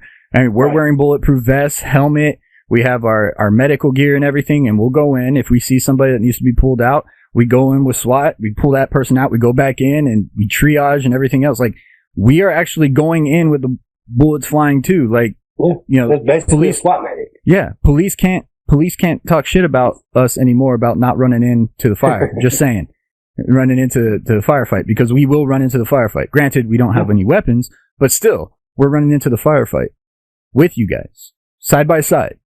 The thing about it is the police and fire. Everybody knows police and fire give each other shit. Yeah, but when it comes down to the grind of it, we're there to do the same exact thing. We're there to preserve life. Exactly. 100%. That's it. We're there to save a life and preserve a life. Exactly. And that's what we do. That's what we, for whatever reason, that is the calling that we decided to go and pursue. With also remembering, however, is that when we decided to make that calling and to pursue it, it didn't make us anything more or less than who we already were. We were still human beings. We would still had our same beliefs. We still, have our same fears and traumas and everything else going into this. We're normal people doing an abnormal job. Yep. That's what it is. We're normal people doing an abnormal job. And we decide to continue doing it because we love doing what we do. Yep. And it's a rush. It's a rush. It's an adrenaline rush. We're helping. We feel like we're making some type of difference, and it keeps us sane as human beings doing the job that we're doing. Right. As weird as that sounds. It really does. Right? Like, I couldn't see myself doing anything else other than the nonprofit now, but I couldn't see myself doing anything else. And the reason why I say nonprofit is because I'm still helping other people. Right. It's a feeling of accomplishment when the job is well done. And don't get me wrong, when you feel like you did everything right and it still doesn't work out, that shit hits. It hits hard. It's hard. Yeah, it hits real hard. It hits real hard. That's where your PTSD comes in. Yep. And that's actually where I wanted to go with this part of the conversation is, during your 17 years as a police officer, at any point during the time of your career, have you found it to where it was a little bit more than what you bargained for when it came to your mental health? Yeah. I've seen kids die. I've seen kids shot and killed. And when you see stuff like that, you're like, damn, man, I didn't think I'd get into this and actually see it. And, you have dreams about it. But over time, you just got to pretty much try to block it out. But, you can't block out everything. And you still have dreams. And, I started social media because I don't have a whole lot of friends because I isolated myself. Mm-hmm. I isolated myself to being just me. I want to be by myself all the time. And that's when I figured out I probably had a mild case of it. You know, I took to social media because there's people there to talk to. You know, I could sit there and, you know, bullshit for 2.5 hours with folks, and they're not in there really judging me. They're like, oh shit, you know, and I don't hardly bring up my past. I don't bring up, you know, my job when I'm at work or when I'm on social media. Right. People hardly ever hear me talk about, I don't never talk about calls I've been on, because even Pam, she don't hardly hear about any of the calls I go on, because I had to, you know, mold myself into saying when I get off work, I'm off work. Mm-hmm. Even when I'm off work now, I don't carry a gun when I go places. I just don't. When I'm off work, I want to be completely off work. I don't even want people to know I'm a cop. And it's, you know, it weighs on you. And I took social media because that's my outlet. That's where I get, you know, that's where I get my good feeling. And I think I'm doing a good job at helping other people, because I think it relaxes my mind. I don't have to think about shit. Have you ever considered talking to somebody professionally about the stuff that let me rephrase the question. Do you think it's normal to do what you're doing? Do you think it's healthy to do what you're doing? I think for me, by completely I can't say separating for others. Mm-hmm. I mean, you know, since I've gotten social media, it's a hell of a lot better, because, you know, I've got, you know, I say now probably over 1 million people that I can just pick the phone up and call and be like, hey, what you doing today? You know? Mm-hmm. I mean, go back to John Collins. I can call John Collins right now and be like, what's up, brother? How you doing? John would pick up. We'd talk for hours. All my guys doing this show and stuff, I could call them at any point in time. Even Britton's asleep right now. I could probably pick the phone up and call Britton. Britton's going to answer the phone, and we're going to sit there and talk and shit and chat and bullshit. And that's the thing about social media. I've gotten comfortable on there, and, you know, I've touched some people on there that I figured, you know, and who would ever think that getting on social media, you'd actually make friends over the damn internet? No shit, right? I've got friends that I never knew that I ever had or wanted. You know, I mean, and they could be the most fucked up person in the world. But you know what? Evidently, I'm just as much fucked up as they are, because I'm friends with them. Right. You know? But, I mean, shit, we're friends. Jesus. Yeah, I mean, you got a cop and firefighter that are friends. What the fuck? Yeah, I know. Shit, right? Golly. And look, just a quick story about that. Sir, I was a firefighter. Oh, at one time. You were? I worked part-time as a firefighter while I was city police. Yes, sir. Oh, okay. You wanted to know what it was like to be like your real hero. Yeah, and then I got out of it. I was like, yeah, fuck this shit. Yeah, it was a little bit too hard for you. We got it. Yeah, you couldn't cut it. You couldn't cut it. I couldn't stand sitting there watching the trucks and sleeping all day and watching cops and shit like that, like they were doing playing Xbox. Yeah, you know, not everybody can live the dream job. Not everybody can hack it. We get it. You know, only having to work 8 or 12 hours at a time, and not, you know, 24. Yeah, not 24. Yeah, I work 48 hours at a time. So yeah, it's a struggle. It is. It really is, man. No, like, the reason why I asked if you felt like it was the healthy thing to do, and this is where I'm going to get a little bit serious about mental health stuff and everything. You know, I went through a stint with my mental health in September of 20, and last year was just shit for me. Divorce, my mental health treatment. It was a hard year last year. And I've done a lot of research, especially now because of the nonprofit and what we're about. And so I've done a lot of research on mental health and PTSD, depression, anxiety, the things that affect people like us in our line of work, and what it's doing to us. It's killing us. Our mental health is killing us, literally. Yeah, pretty much. You know, in 2019, more firefighters committed suicide than they did in the line of duty. Yeah. And these numbers are not going down. And I want to try to make a difference in that. But through my research and through talking to therapists and talking to doctors and reading, you know, a lot of us do what you do. We find an outlet to allow us to feel like we're still we're still that normal person when we're not on the job, right? So because when we're on the job, we're almost not exactly who we are outside the job. I mean, we're still us, but there's this level of mind change. Yeah, there's this level of mindfulness that gets switched that allows us to, for lack of a better term, it allows us to turn off our empathy and then turn it back on, and it can fuck with us in our daily life. It can. What I've learned is that no matter how hard we try, we always hear that, leave the home life at the door when you come to work, leave work life at the door when you come home. The problem is with that is that no matter how hard we try, the human mind doesn't work like that. It doesn't work like that. We can find Band-Aids, we can find things to distract us. However, it's still there.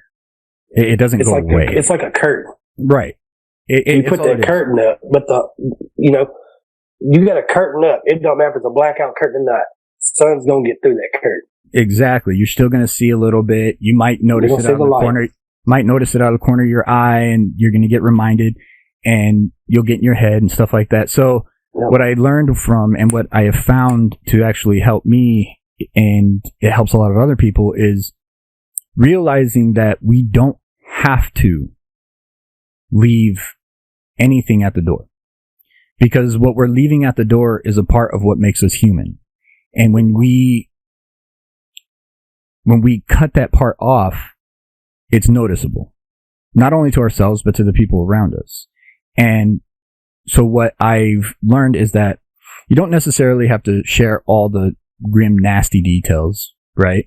But say you come home from work and you had a really bad day or a really shitty day and it's affecting you, or you've been in your head, and you can come home and you can sit down with your significant other, your family, and be like, hey, look, I might not be my normal self today. I had a bad day at work. And this is what I'm letting you guys know where I'm at mentally. I'm letting you know where I'm at mentally because I don't want you to feel like, if I'm short, it's not an excuse. It's just, this is the reason why. It's not an excuse for my behavior. It's just a reason why I'm acting this way. When you go to work, hey, I'm going through a divorce, or me and the wife had this big fight. I'm worried about this. I can still do the job. I just want to let you know if I'm a little bit more quiet than usual, stuff like that. It's just, I got this on my mind. Don't worry. I'm still good for the job and everything. I'm still here. I just might not be my normal self when you see me here at work. And what that does is that it allows people to know where you're at mentally, and it allows you to feel like you don't have to hide anything, right? Because it's that constantly feeling like we have to hide how we're feeling that it starts eating us up inside. It starts killing us, literally. It starts... it just wears on us because nobody knows what we're feeling, or we feel like nobody knows what we're feeling, and we feel like we're alone, and we don't know what to do to let it out. And just those simple, just letting that little bit of information out. You don't have to tell them exactly what happened. You don't have to tell them what you saw. You don't have to tell them what you experienced. You just be like, look, this is where I'm at mentally right now. I want to let you know because I don't want to be the only person that's feeling this right now. I don't want to be feeling this without anybody knowing, because if something happens, I want you to be aware of what's going on. And just that little bit of information to the people that you work with and to the people that you live with, your spouse, your kids, whoever it is, it actually relieves some of the stress of you feeling like you have to constantly find a Band-Aid. Yeah. And I'm not saying Band-Aids are bad, but they're just Band-Aids.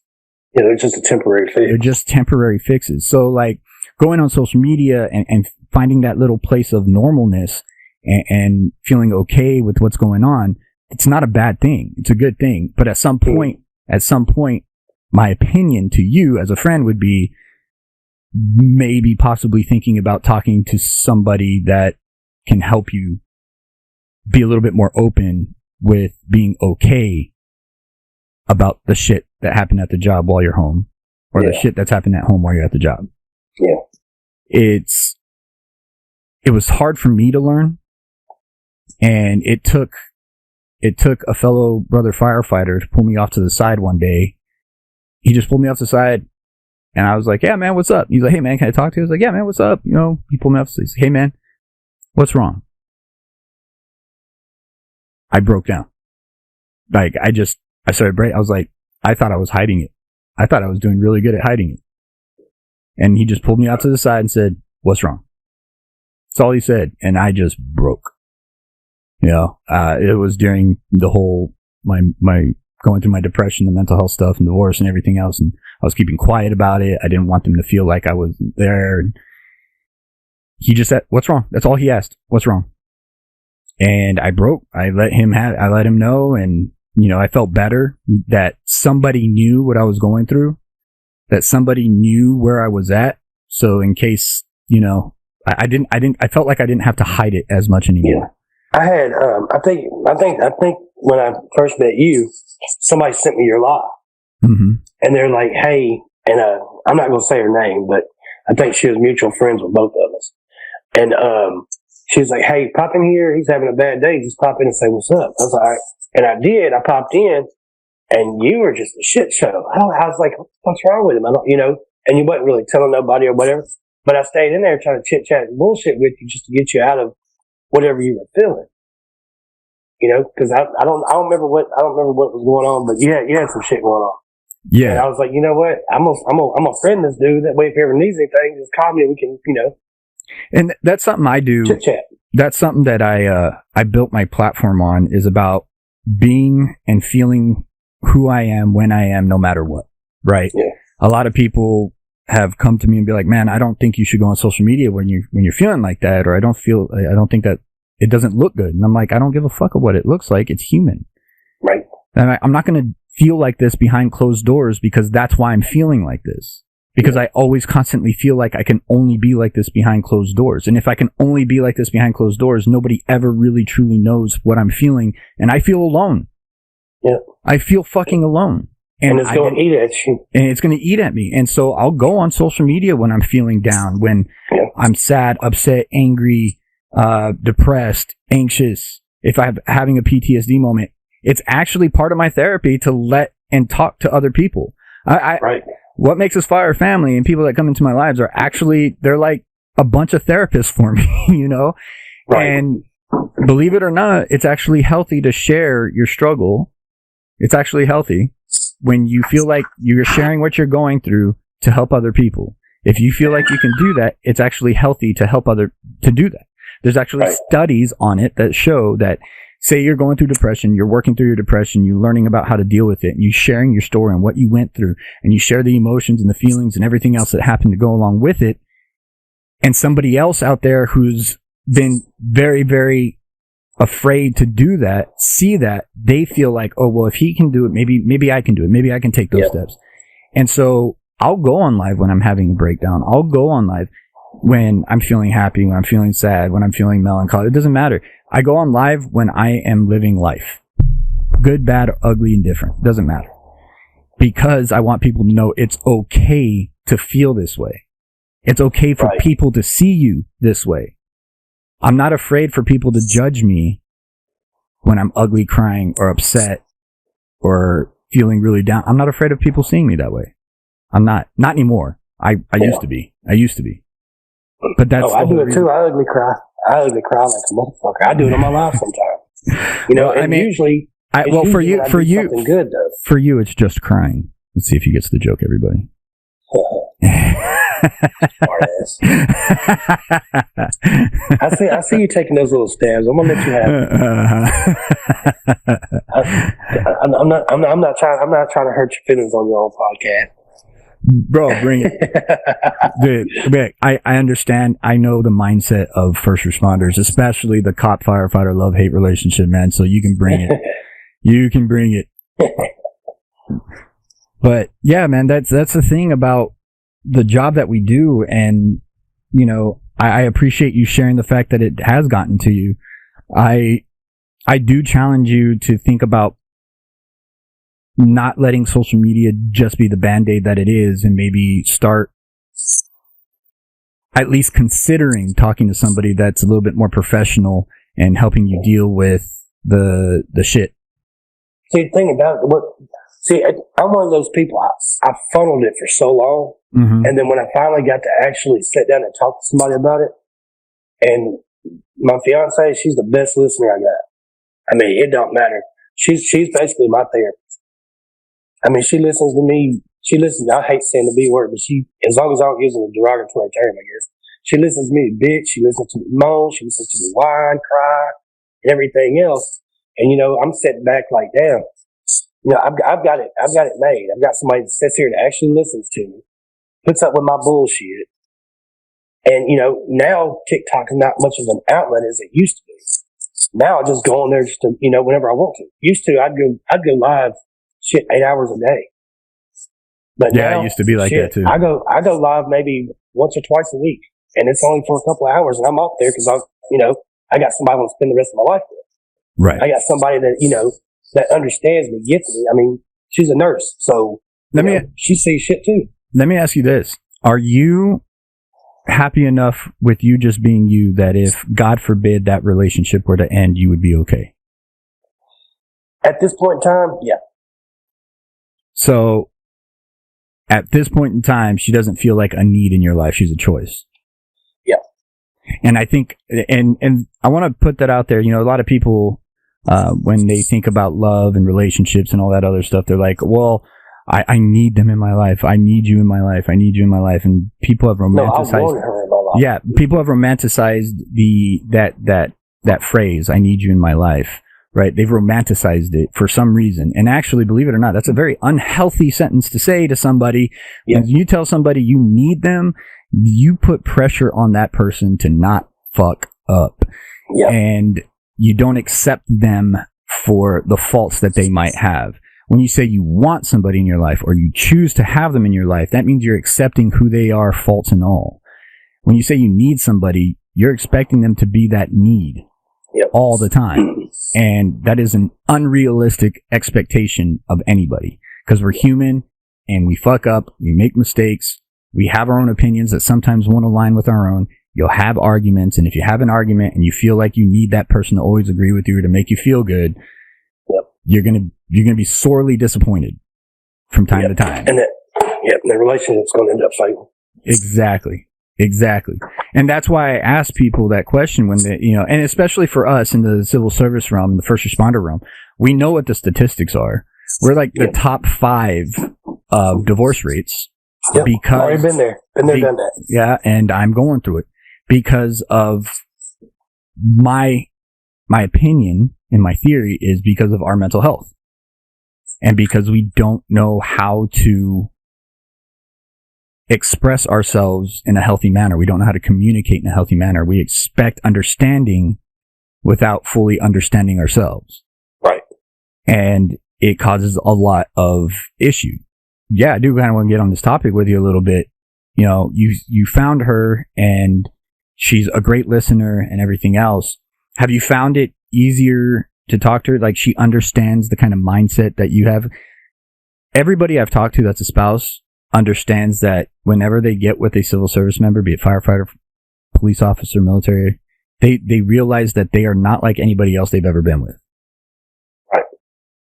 I was the first cop she's ever dated, so she was like, damn. She's like, your shifts constantly change. Like I went from working 7 to 3 Monday through Friday to just now working Sunday through Wednesday, noon to 10. And, it's all about adapting. And she adapts to me very well. She adapts to my schedule well because she said she'll text me and be like, well, I'm going to change my schedule so I can work later because she works during daytime. She's like, I'm going to schedule my, shift where I can work later and go in later. That way I can spend a little time with you before you go to work. Mm-hmm. And that way I can stay up later for when you get home. So, and it's things like that, she understands what I do. She knows what I do. And I think she was more shocked about me being on social. I mean, she knew I was on social media, but she didn't know to the extent of where I was at on social media. So I think she's had to adapt to that more than she has anything because we'll be out somewhere. We were out at the mall and somebody came up to me just talking to me like, oh my God, I saw you on social media. I saw you, you're SWAT. I'm like, so who cares? What's up? Just come up and say hey to me. And then I had somebody, we were at a restaurant and this is all in the same day. I put on there, I was like, yeah, hey, if you're that woman that I saw at the mall or whatever, comment that way I can get your name, I can add you. And another woman popped on there and she was like, I saw y'all eating at the Mexican restaurant. She's like, but I didn't know how you would take just somebody walking up to you and talking to you. I'm like, and just walk up and say hi. Yeah, my fiance jumped on her and was like, just walk up and talk to him. He's a normal person. He talks to everybody. He's like, he's the most sociable person I've ever met. It's the craziest thing, this idea that because now granted, I don't have the SWAT 2422, like our family size is not there yet. The What Makes Us Fire family size isn't there yet. We're getting there. We're not there yet, but I've still had instances where people would come up to me, hey, aren't you? And I'm like, aren't I who, what? Like, it doesn't even occur to me that I would be recognized.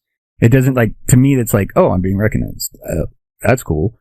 It doesn't even occur, that thought doesn't even occur to me. It's just like, who are you? What do you mean? And I'm just a normal human being. When you see me out and about, I still buy my groceries. I still go out to eat. I still, put my pants on one leg at a time. I've been trying to 2 legs at a time. I have too. I did it the other day. I almost busted my head. Yeah, I almost busted my ass. Dude, I'm telling you, I almost busted my whole ass. Dude, especially if because I got a small waist and big ass feet. They don't work. I tried. But it is. But we're normal people. Like, and it goes to the badge. We're normal people. And I wanted to get into this, and we started talking about it a little bit. We've actually talked about it quite a bit, but your social media, right? When the fuck and why the fuck would you SWAT 2422 Billy get on social media to begin with? In 2016, sir.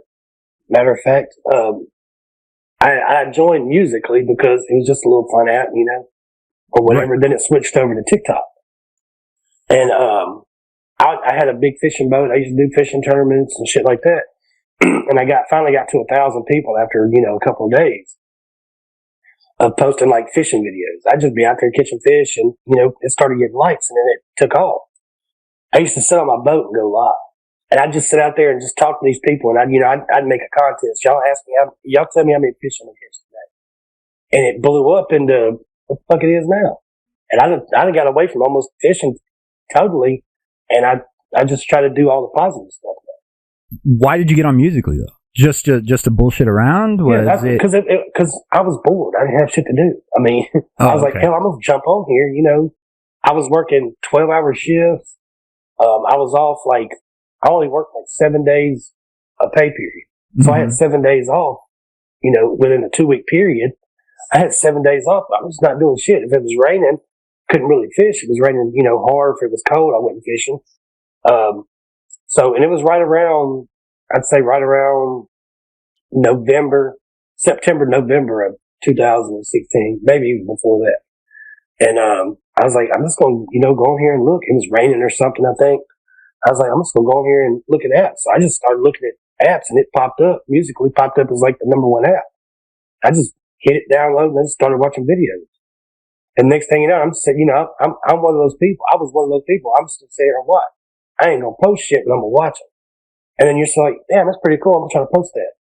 And then that's how I got into it. Oh, I'm going to post that. Oh, I'm going to post this. I'm going to post this. Oh, shit. I can go live now. Let's go live.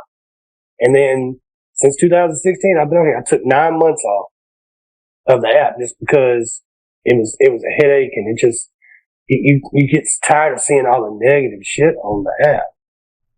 Like I said, everybody calling each other out. I mean, that's not what the app is tended for. The app is tended for somebody to pop open it up, and laugh at something that's going on, or if somebody's feeling in a dark place, this one video right here might change their whole perspective of somebody. Or this, you got somebody there contemplating suicide. Oh my God, this video right here is going to make me not want to do, So, I mean, that's what the app was intended for when I started. And I've built my platform on doing that. When did you decide to actually change your content from just fishing to a little bit more motivational and positive aspects? I think it's probably about 3 months after I was on it. Because the fishing stuff was fun. Right. But what had you decide? What made you decide to start going that route? I just, I really don't know. It was just something. It was content. At the beginning, it was content. Hey, I'm gonna try to do this because you're always searching for that one thing that's gonna make you go viral. Because there ain't nobody on that app that says, "Oh, I don't want to go viral." You're on the fucking app for a reason. I'm sorry. Right. If it hurts your feelings and you're listening, I'm so fucking sorry. I know I'm honest. But nobody gets on that app without wanting to go viral. They do, and it gives you a sense that you're somebody. Oh my God, I have a video that's got 1 million views on it. That means 1 million people just watched me. But within that 1 million views, you just put yourself into a whole different spotlight category. It's like my job. I mean, anybody can go on there and search me and find me. Right. That's the reason. And, I was like, you know what? I'm going to put content on here, but my content's not going to be so bad that it gets me in trouble. Well, yeah, that's something else for all you people thinking about starting to make content that are within the civil service realm. Remember, anything you say, anything you put out there, even if they say they won't do anything about it, or even if they say it's okay, can and most likely will get you in trouble. So make sure whatever you're willing to put out there, you're willing to do on the job too. I would even venture to say, hey, I'm going to be doing this. Is that okay? Because that's what I had to do with my fire department with this podcast. Yeah. And I had to, I let them know, like, hey, I'm going to be doing a podcast. And they just said, make sure you do not mention which fire department you work for. Yeah. And there's a disclaimer on the beginning of every episode that I do not represent any particular city or fire department in any way, shape, or form. Anything you hear is mine and my guest opinions, and mine and my guest opinions only. We do not represent anybody else but ourselves. So, I put that out there, and it's actually been okay. Obviously I get the ball bashing from the guys and everything and stuff like that. But, if I was doing it for anybody else's approval but my own, yeah, I would have stopped this a long time ago. But I don't do it for anybody else but myself, and yet you're absolutely right. I want to go viral, but I want to go viral because I believe I have a really good mission to help others. And that's why I want to go viral. I'm not going to go. That's what I want to do. I want to be that positive person that went viral and changed people's minds. Right. And that's why that's the reason why I want to go viral. Now, there's other people on here that are going viral because, they're half naked, John Collins, and, stuff like that. I'm kidding, John. John's big ass muscles and sexy blue eyes. And weird beard, man. I'm sorry. I love John. Like Kevin Durant beard, bro. Yeah, I don't know, man. I think it's so bad. It don't touch. It doesn't. I love John to death. I love John Collins to death. And he actually agreed to be on the podcast in Vegas as well, but he has yet to get back in touch with me. Well, he's going to be our host in Dallas. Oh, is he? Yeah. Oh, well, then you better believe I'll be up there and be like, hey, man, asshole, remember a year ago? Anyway, I'm just giving him shit. He puts a lot of positive stuff out there. He does a lot he does a lot for, fundraising and for good causes and stuff. John's an amazing human being. He is. But you are absolutely right. You get onto this hoping to make a change. And I think that's what it's more about. It's not necessarily wanting to go viral to be famous, at least not for people like us. For us, we're wanting to go viral so we can make a change in the world that we live in currently. Are there people out there that just want to go viral to get famous? Sure. Absolutely there are. And more power to them. I don't judge them in any way, shape, or form. However, it frustrates the shit out of me that some woman can go on TikTok, make a TikTok dancing in her bikini, and get millions of views and followers, and I feel like she doesn't have anything other than her being pretty to share with the world. Talent. Yeah. There's no talent. I was talking about this with Pops the other day. He goes, you want her to do like a Carl's Jr. commercial. I was like, fuck yeah, dude. Have some hot girl running down the beach and bikini, everything else. Right when she gets up to the front of the camera, be like, SWAT 2422, go support him and his cause. But it's not that. It's not that at all. What it is it's the whole, I call it sexonet. And I've been calling it Sexanet forever because TikTok has changed from being what it was to being so sexually, everything on TikTok now is sexual. It's sexually driven. There's a lot of it that is sexually driven. Yep. It's definitely sexually driven. A woman can go on there in a bikini and stand there and not do shit and just stand there. And the video pops off, 3 or 4 million likes. But you got other people out there, because I put zero effort in my videos. I ain't gonna lie. I just pull my phone up. Hear sound, I'm doing it. Most of my videos are one take. And I would say 95%. You got people on here that are doing that, and they're going viral. And then you go and look at their following, and they're following 10 people. Like, how the fuck do you get this big that quick and not follow nobody back? And I'm gonna tell you, the worst thing that's ever started on that fucking app is battles. Those battles have killed that fucking app. Oh, the TikTok, the rankings. TikTok GIF, the rankings. Yeah. See, the battles aren't bad. Little friendly battles. No. The battles aren't bad. So what? The ranking is bad. Yeah, that ranking is bad. The battles aren't bad. Like Blue Line PD and What Makes Us Fire, we battled one time, but all the proceeds went to our prospective nonprofits. Like it was for a good cause. And they can be used for a good cause, but now it's all about this ranking system, and they get these rankings, and they're like, "Oh shit, I want to be number one, so I'm gonna go on here and I'm gonna do what I can to get this person's account banned." You don't understand how hard and how much work goes into building your fucking account, because getting to 1,000 now is just nearly impossible unless you have a bigger creator that you can go into their live and they blow you up. Right. And that's where I give Boost a lot of credit, because Boost was like, he was a grow host, but he wasn't. He was still cool as shit. You go on his live, he's like, but he put you up on the big screen. He did this shit to me. Mm-hmm. Put me up on the big screen at like 839, or I think it's at like 839.9. I was like right there at 840. And boom, I hit 840 like that. Or hell, it may even been at 900. I think it was 900. Yeah, he put me up there, and he played a couple of my pinned videos and everything, and it was cool to see the comments and everything of people were like, man, this guy he should have hundreds of thousands of followers. What the hell? Why doesn't he have some? I'm like, man, I don't do it. My primary purpose for putting my content out there is not for the follows. That's not my primary purpose. My primary purpose is to help one person.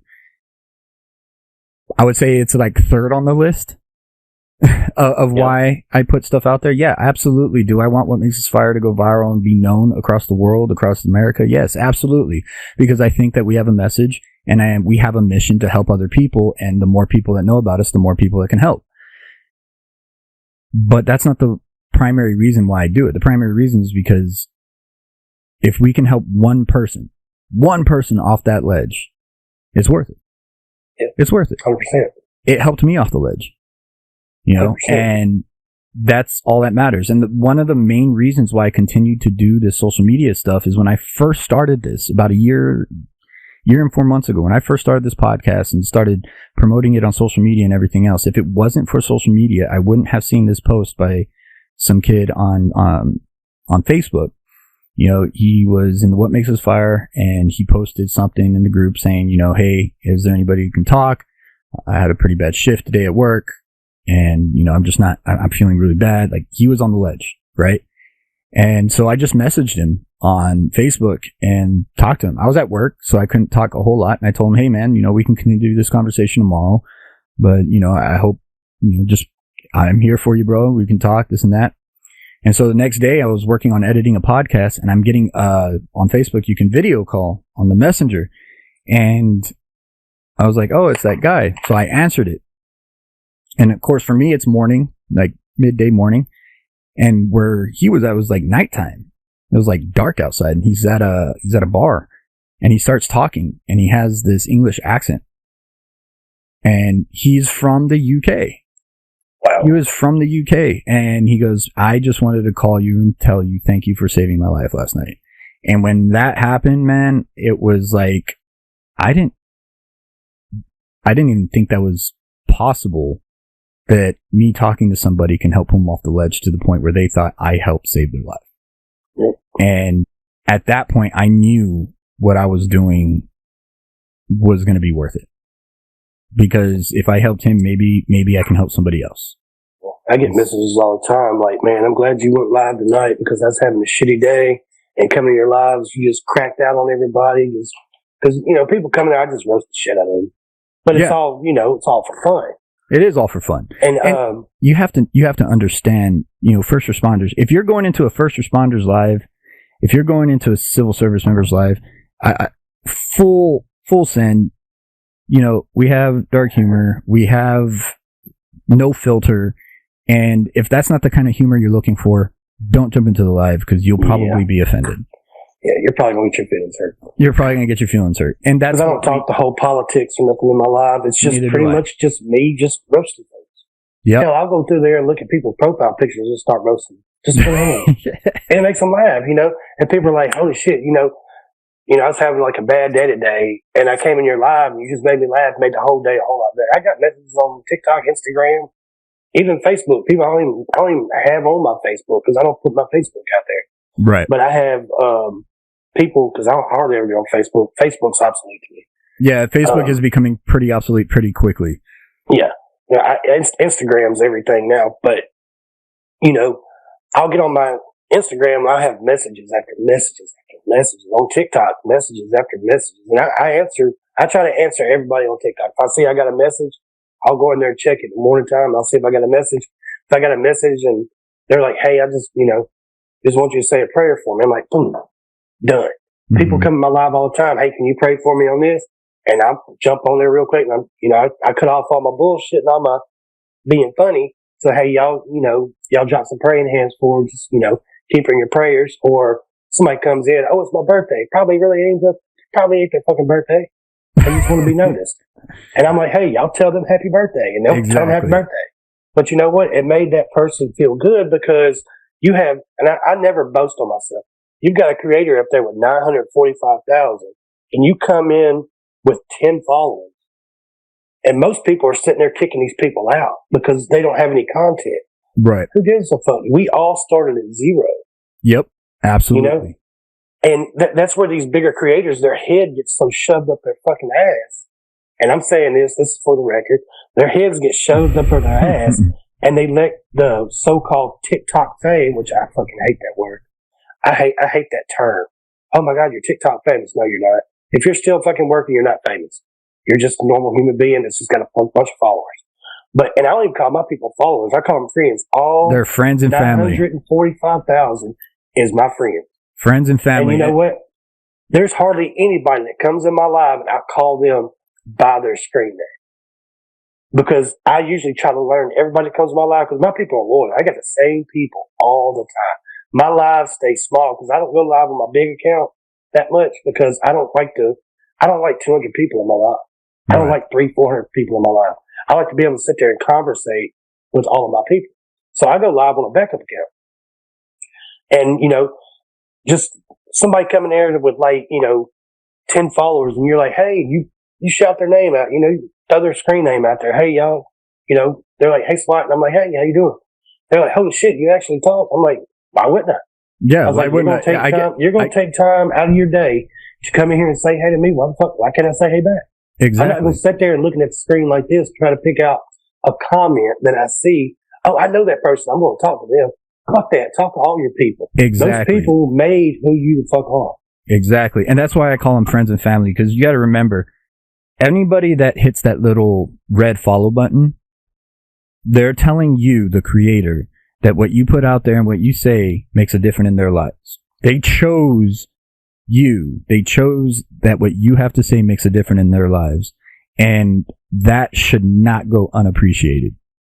It should not go unappreciated. See, the thing about, and it shouldn't go. And you know what? The people that have less than 1,000 people and can't go live, I think they should be more appreciated than the people that don't, because these people, they can't even go live. Right. I mean, they're on there trying to build their account. And like I said, we all started at zero. Hell, I remember I started at zero. Mm-hmm. I mean, I can, if I lose my account today, I can make a video and be back live in a couple of hours. But that goes with your following. If people see if you're a shitty person or not, they might follow you because you have, 1 million followers, but that doesn't necessarily mean they're going to come in your live because they already know you're a shitty person. Exactly. They might like the content, they just might not like the person behind the content. Right. You might be funny as hell, but on your live you might be a straight up douche nugget. Yep. And people see that. I mean, even though you're through a screen, people know if you're fake or not. Absolutely. And that's why I call your ass out. That's why I only associate myself with people that I feel like are being them true selves. And like yourself, Pops, John, Boost, Diddy, all of those people I associate myself with because I know that they are who they are, whether the camera's on or off. That's who they are. And they don't have to fake it till they make it because they've already made it. Exactly.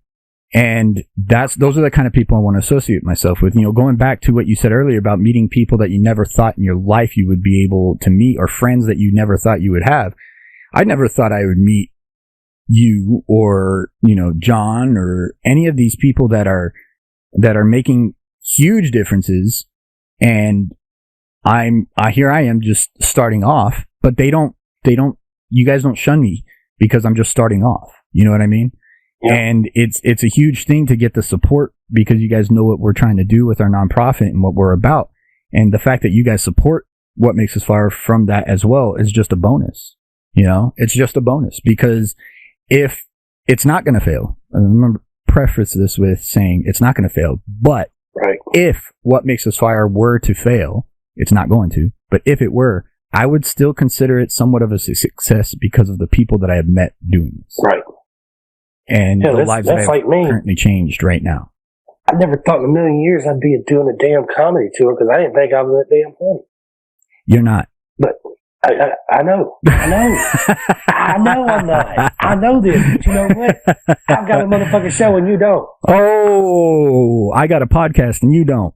Anyway. Yeah, but you had to beg me for you to get here. Well, no. I didn't have to beg you. I had to remind you. It's like waiting for it's like waiting for cops to show up on scene. They take their fucking time because they got to finish their donuts and coffee. They got to finish their donuts and coffee. Hey, I'm just saying there's a video right now going out there that's viral about a trainer saying now the scene is safe for second responders to show up, like police and the tow truck drivers. They lumped him in with police with tow truck drivers. Because y'all have to get out of bed and shave and slide down each other's poles. Slide down the poles. And you know what? Do I hear a hint of jealousy? I think I hear a hint of jealousy. No, it's not jealousy. I think you're even turning red a little bit. I got sunburned. Oh, okay. I got sunburned, sir. It was cloudy yesterday with the sun peeking through. Well, let's roll into that. You have a comedy show now that you're doing. Yeah. Let's go ahead and let's plug that a little bit, man. What's the comedy show about? What are you guys doing? What's all this about? It's basically a bunch of cops acting like idiots. Bunch of cops acting like idiots. So basically, normal everyday shit. Normal day. Normal cop shit. Mm-hmm. Now we're doing like this next one we got coming up for Memphis. It's a benefit for domestic violence. Okay. We've got creators that are actually showing up, musicians. We got Austin Tolliver Music. He's going to be there next Saturday singing and stuff. And all it is we get up there. You ever seen the show Wild 'N Out? Yeah. We're basically doing like skits from Wild 'N Out, but we make it our own. Like, okay. I think on this next route in Memphis, we're going to have a fridge battle on the stage. How we all do our battles or whatever during our lives. Mm-hmm. And we have to all go to the fridge like we've been doing. Everybody knows I got the iron stomach when we do this shit. Everybody else throwing up. I'm over there eating my shit with a spoon. Mm. No matter what you give me, I'm eating it with a spoon. But it's like we're just playing games while we're on stage, and then we tell a couple of jokes in between, and then we have a little bit of music going on. But it's something to try to bring everybody together and get out of all this bullshit that goes on TikTok, and it's try to and it's creating a bond between the community, public, and law enforcement. And it's basically saying, look, these guys are off duty and they're out here doing a show. This shit's fun. They're fun. They are pretty funny. Because Britton Emer, I don't know if you know Britton, that motherfucker's hilarious. I mean, you're gonna have to send me his profile. I probably do follow him already. He's like the most. I don't know where he comes up with this shit, but he comes up with. He's quick witted like Hootie is. I mean, he's like bam, he's on your ass. And we got Comedic Cody, All Money In. They're our hosts for the shows. We got a DJ named DJ Meanit. He goes to every show with us and DJs with us. All right. And it's me, Texas Cop 2.0, Mystic, one you didn't know, which he lives right here in my county. Me and him hang out. Yeah, I hung out with Texas Cop 2.0 when he went to Austin. We hung out for the day and everything. He's a good dude, man. He's a really good dude. He is a good dude. I ain't gonna say his real name, but I like. No, I ain't gonna say his real name either. And we got Hulkrilla. I mean, like I said, it's just us up there being stupid and showing people that there's a different side of us. Right. When we take the badge off, we're the same fucking person, but we can actually have a life outside of work. Right. When we put the badge on, there's a level of professionalism we have to show. Just like when you go to work. Any type of job that you have, as soon as you're at work and you have the uniform on, there's a point of professionalism that you need to have. That doesn't stop us from being who we are. It just means that there's a little level of professionalism that we all need to have. Right. And I think that's awesome, man. And you said you had a show coming up in Dallas as well, right? The Dallas area? Yeah. February the 12th, we got one coming up in Dallas. I can't remember what the... Where can people go to find tickets and to learn about all this stuff? They can go to any of our bios on TikTok. We got a link tree on there, and I got the tickets for Memphis and Dallas in mind. And we're going to have one coming up in March in Prattville, Alabama. Prattville, Alabama. I have never heard of Prattville, Alabama. Me either. I had to Google where the hell Prattville was. It's like close. It's like probably 20 minutes north of Montgomery. Okay. All right. So I know it's like in lower Alabama, so I'll be at home down there. It's probably my folks down there, maybe. Right. That ain't too far from here. Dallas is closer. You know what? I'll make it up to the Dallas show. I'll get up there and I'll help you guys promote that whenever you guys get closer to that date. So just a heads up. The music in Dallas is gonna be lit. It's gonna be lit. Because we got a guy that's good. He sings that song, "You Belong in the Front Seat." Mm-hmm. He's going to be performing there too. Oh, nice.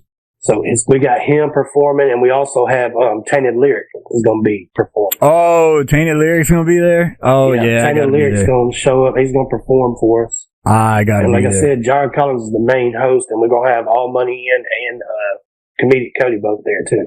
Awesome. Are you guys doing this show for any certain benefit?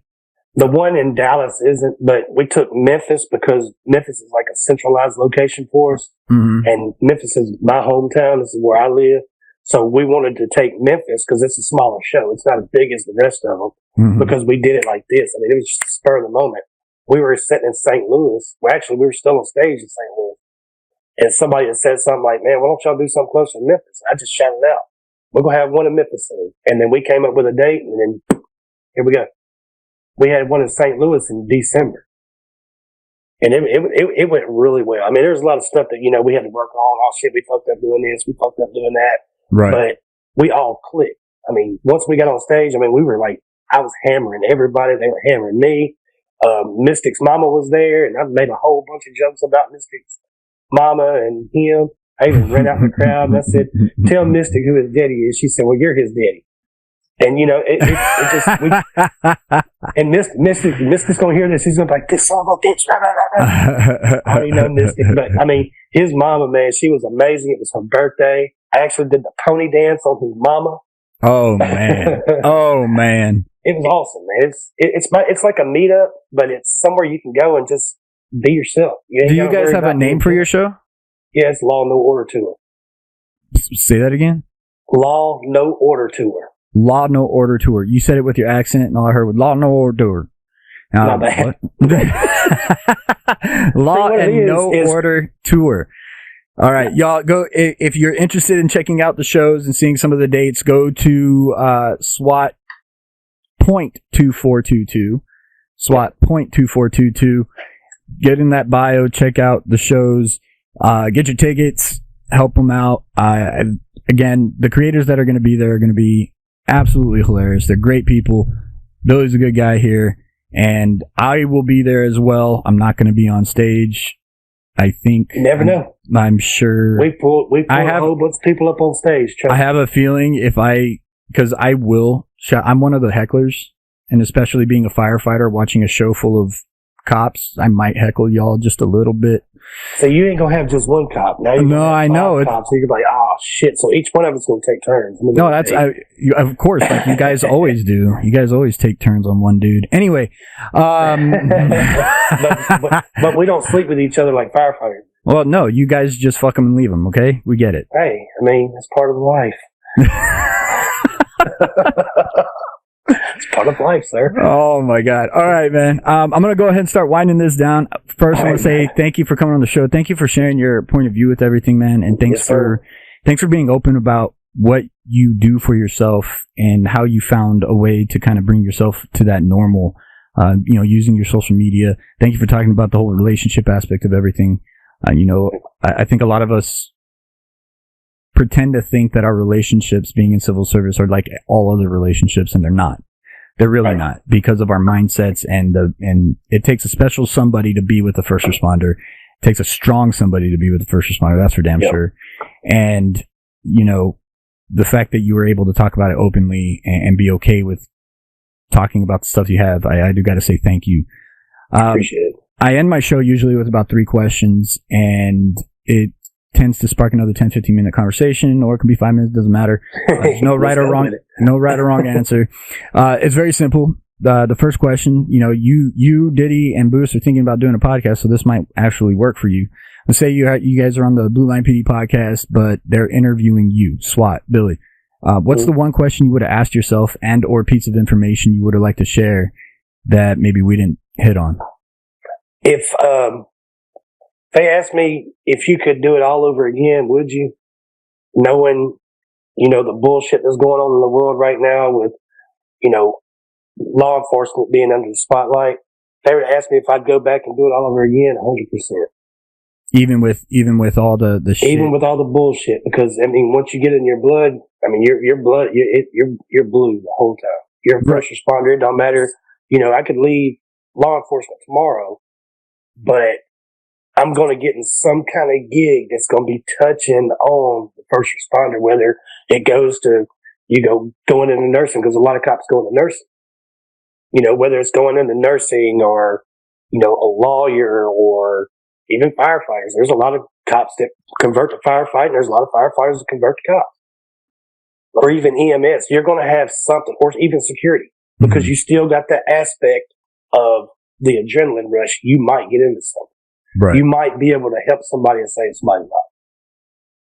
So even with the court of public opinion the way it is today, the way the media is, the way, for whatever reason, cops are being looked at the way they are, you would still do it no matter what. 100%. Because I feel that, I try to do everything in my ability to do the right thing. And being able to do the right thing with a badge on just makes it feel that much better. Yes. Yeah, I fully agree.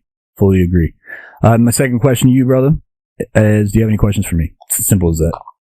Why are you wearing a fucking toboggan when you're inside? Because I live in an RV, by the way. I live in an RV. Remember, I'm going through a divorce. Yeah. I live in an RV, and the central heating system isn't as good as, a house or an apartment. Makes sense. So it's a little bit chilly in here. That, and I'm bald. Well, who cares? Bald is beautiful. For some. No, but same question that, I'd have to ask, if you had to do all over again, would you? Being a firefighter, podcast, all life in general? Everything. Man, that's a hard question. Because, I'll tell you why it's a hard question. Because I do not wish what I went through with my depression and everything else on anybody. But had I not gone through it, I wouldn't be who I am today, and I wouldn't be doing what I'm doing today. Thanks. So, would I, knowing, as much as I hate to say it, yes, I would. And I do hate to say that I would, because that would mean I would have to relive what I've already been through. But I know what the outcome's going to be. So yeah, I would suffer again to make sure that this happens. Yeah. All it's done is made you. All it's done is made you stronger. Exactly. Well, we talked about struggle earlier, right? You don't get stronger without struggle. So right. Facts. And so yeah, as much as it would suck, yeah, I'd do it again. I'd do it again in a heartbeat. I think we all would. I know if it wasn't for what I've been through, What Makes Us Fire, the podcast and the nonprofit and the helping the people that I've helped so far wouldn't have happened if I didn't. And it's worth helping the people that I've helped. Agreed. So, but yeah, absolutely I would. I appreciate that question. My last question to you is, you on the What Makes Us Fire podcast. Now, obviously, it is a firefighter hosting the podcast. That's why, this is the logo and everything. But What Makes Us Fire is more about our civil service members in general, military and first responders. And the show is more about the question, what makes us fire? What gives us that fire to be the people that we are, that decide to make the sacrifice that we make? And it is a sacrifice because we're normal people doing an abnormal job, exposing ourselves to things that the human brain is not made to comprehend or to deal with, but yet we still choose to do it every day. What is it that you think is within us that allows us to do that? Pride? Pride, heart, dedication, devotion. Where do you think people from all the different backgrounds, the different being raised differently, belief systems, lifestyles, all of us within the realm that we do this have a different view on life, political affiliation, everything. And yet when we put on the badge, none of that shit matters because we're all brothers and sisters. And yet we still found that pride. We still found that honor. We still found that. But we all come from different backgrounds. So how did we get there? I think we all got there in the same path. I think, and I'm not very, spiritual and stuff like that. I'm really not. But I think God just handpicks people to put in a profession. You've got to be a strong-willed individual to be able to see death. You got to be a strong-willed individual to be able to talk somebody out from, eating a bullet. It takes a special person to do it. I've never been that one that's like, oh man, you know what? I'm a hero. There's no other. That's what we are. We're heroes. We go out and we do it. We do it day in, day out, and we don't ask for a pat on the back. We don't ask for awards. We don't want awards because we signed up for this shit. I know that I might be able, I might get to the house fire before y'all do. And I'm wearing polyester pants. Guess what? My legs are going to melt because I took an oath that I'm going to save this life. Whether I get hurt doing it or not. I don't want to get hurt doing it, but that's the oath I took. I'm going to do everything I do to save this life, prevent a death, and hopefully save somebody from doing anything that would harm them in the long run, whether it's emotionally, physical, verbal, anything. Right. I think what it comes down to is no matter how different we are within the profession, we found a way to break it down to the human level. Yeah. Like we found a way to not allow our personal beliefs stop us from caring about humans in general.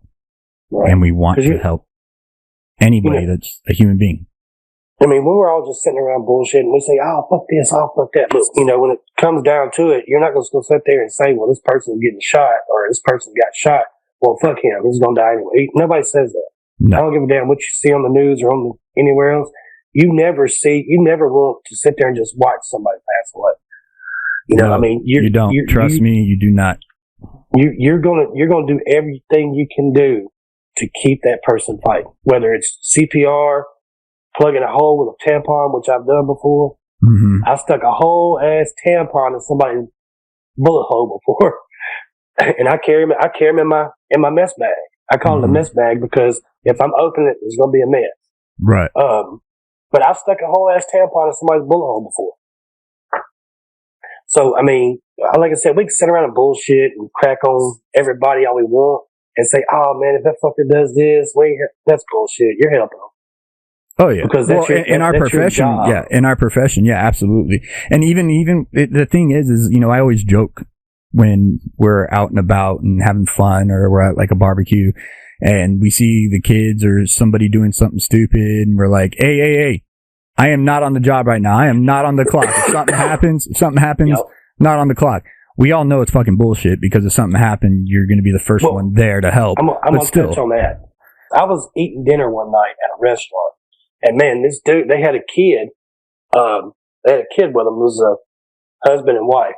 I mean, the husband was just, going off on us. I mean, it was bad enough that, you know, it was making a scene. Mm-hmm. And everybody's sitting there looking around or whatever. Nobody would say nothing. Nobody would take up for this woman. And the daughter, and I had my daughter, it was me and my daughter. And I had my daughter there. Their daughter got up and went to the bathroom. So I told my daughter, I was like, go in there and talk to her and make sure she's okay. You know, because she was crying. I was like, it's going in there. Everybody, like I said, the whole restaurant sitting there watching this go on. Mm-hmm. And I'm sitting there, I'm like, I'm fucking off work. You know, I got like a drink in front of me. What am I going to do? Dude's like 7 foot tall. So it got to the point to where he picked his plate up and threw the food on her. I was like, nah, fuck that. Enough is enough.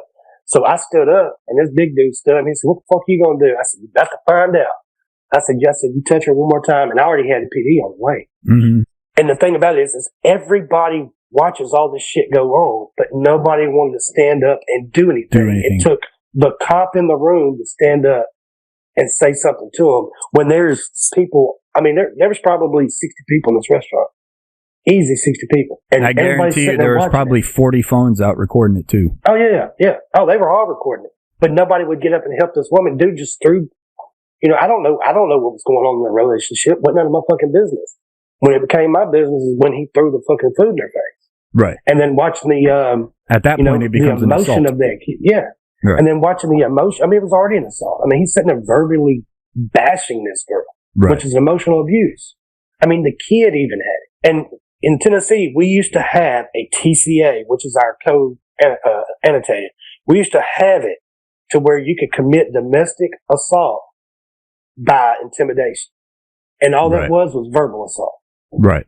But they took that they took that out and just put it in with domestic now. Okay. So, but, you know, I mean, and, you know, my daughter went and talked to that girl, and she came back with my daughter, and next thing I know, her and my daughter are friends on Facebook. Awesome. And dude got arrested and went to jail, and PD comes around wanting to collect everybody's phones, and I had to do my statement and shit like that. And it made me feel good because I just did this in front of my daughter, and it goes to show my daughter, don't let no fucking man talk to you like that. Right. I don't raise you like that. If a man talks to you like that, then, you know, you do what you got to do to get the fuck out of there. Exactly. I try to raise my daughter to let her know you can be anything you want to be without a man. Damn right. I said, you don't need a man in your life. It's 2022. You can do the same shit as a man can. If not better. Yep. That's for damn sure.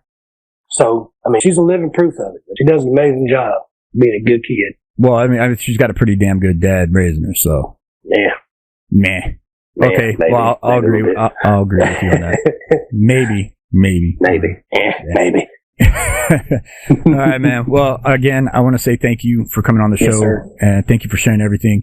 I'm gonna do a quick little out, and then you can say bye too. But What Makes Us Fire family, this was Billy, better known as SWAT2422. So SWAT.2422 on TikTok and on social media. Go give him a follow. Go check him out. If you like what he's got, become a part of the SWAT2422 family. He's a great guy. He's a good friend of mine. Took him forever to get on the show, but I really do appreciate him being here. Go check out his show, Law and Not Order. Law and No Order. Go check out the show, Law and No Order, happening in Memphis, coming up here shortly, and then in Dallas on February 12th. You can go check out where you can get tickets on his social media sites. Just go on the links in his bio there. You'll see where you can purchase tickets. Show him some love, support. Go check him out. Meet him in person. You will have to look down. He's not tall. I'm not tall at all. No, but that's not something he's afraid to share with. No. Apparently, so go give him a follow, go give him a shout, let him know you're part of the What Makes Us Fire family. Y'all have fun, stay safe, show some love and peace out in the world. You never know who's going to need it. You never know if you're going to be the one to make the difference, and being that difference feels really damn good. Be the change you want to see in the world without letting the world dictate how you see that change happen. Just be better for yourself, and I promise you the good will come to you and the people around you. Much love. Take it easy. Peace. You can say bye now if you want. Okay. Everybody, make sure that y'all live yesterday as you want to be remembered tomorrow. That's a damn good one. I like that. You can use it. Yeah, I like that. All right. All right, ladies and gentlemen, that was my friend Billy, better known as SWAT.2422. Go give him a follow. Check out some of his content. Show him some love from the What Makes Us Fire family. If you are a part of the SWAT.2422 family and you heard him for the first time here on the What Makes Us Fire podcast, and this is the first time you're listening to the What Makes Us Fire podcast, thank you for jumping in. Thank you for showing some love and showing support. Please go check out some of our other episodes. I want to thank SWAT again for sharing his story and sharing his point of view on life and what it is we're trying to do here on this crazy thing called social media. I truly believe he's making a difference for the better, and he's found another way to be a public servant without having to have the badge on. He's found a better way to show people that he can be just as human as anybody else, just like we all are on social media, outside the job. But even when he is on the job, he's still just like every one of us. Like we said in the podcast, there is a level of professionalism that, of course, that we show. We have to. I think anybody that has a job has to show a level of professionalism. Now, beyond that, it doesn't change who we are. And I really hope people understand this. Just because we wear a badge, just because we do the job that we do, it doesn't change the fact that we are human beings, just like anybody else. We make mistakes, and we do our best to reconcile. It's that point of the show where I would like to say, if you find yourself in a crisis right now, you find yourself hurting and you need somebody to talk to, you find yourself on that ledge, the National Suicide Prevention Hotline is 100% free, anonymous, and confidential. Make the call. Start your conversation. The number is 1-800-273-8255. Again, the number is 1-800-273-8255. And if making that call is just not for you right now, that's okay. You can go to suicidepreventionlifeline.org, where you will find a multitude of resources to help you start your conversation for yourself so you can be better for you.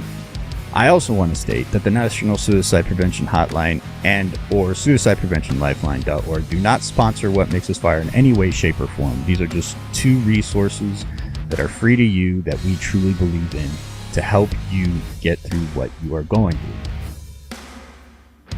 If you all would like to continue following What Makes Us Fire and continue showing support, you can follow us on all social media websites. That's TikTok, Instagram, Facebook, Twitter, YouTube, with the tag @WhatMakesUsFire. It's very simple. YouTube is What Makes Us Fire. You'll see the logo and just follow us. You can watch the weird faces behind the beautiful voices, or the weird voices behind the beautiful faces on YouTube, which is an awesome way to kind of see how people react to questions and how the passion that they have behind their words. You know, you can only get so much when you just listen, but watching them, you get a little bit better story. That's not to say, if you're listening on an audio platform, that I don't want you to stop listening on that audio platform. That's just to say there's another route for you to go and watch and listen to the show. If you'd like to reach out to me, you could always email me at whatmakesusfire@yahoo.com. Please give me a second to get back to you on those emails. I get bombarded with a bunch of emails all the time, and I have to go through all the junk emails too to make sure that, you know, I'm not getting spammed or they're trying to steal my identity. I don't know why they would want my identity, but it takes me a while to get through your emails. Please be patient. If you would like to show some support to the What Makes Us Fire podcast and the What Makes Us Fire nonprofit foundation, you could also visit whatmakesusfire.com. There you can also find the information to call and or email us. Get yourself some cool What Makes Us Fire gear. Check out the podcast. Check out upcoming events. And make a donation. Your donation helps us, and we can't thank you enough for that donation. It helps us get to our goal in helping our civil service members with themselves. Much love to you guys. Thank you for everything that you continue to do for the What Makes Us Fire podcast and the nonprofit foundation, and for me. You guys are amazing. Much love. Stay safe. Show some love and peace. You never know who's going to need it. You never know if you'll be the difference, and being that difference feels really damn good. Be the change you want to see in the world without letting the world dictate how you want to see that change happen. Just be better for you. And I promise you, the world around you gets a lot better. Much love. Peace.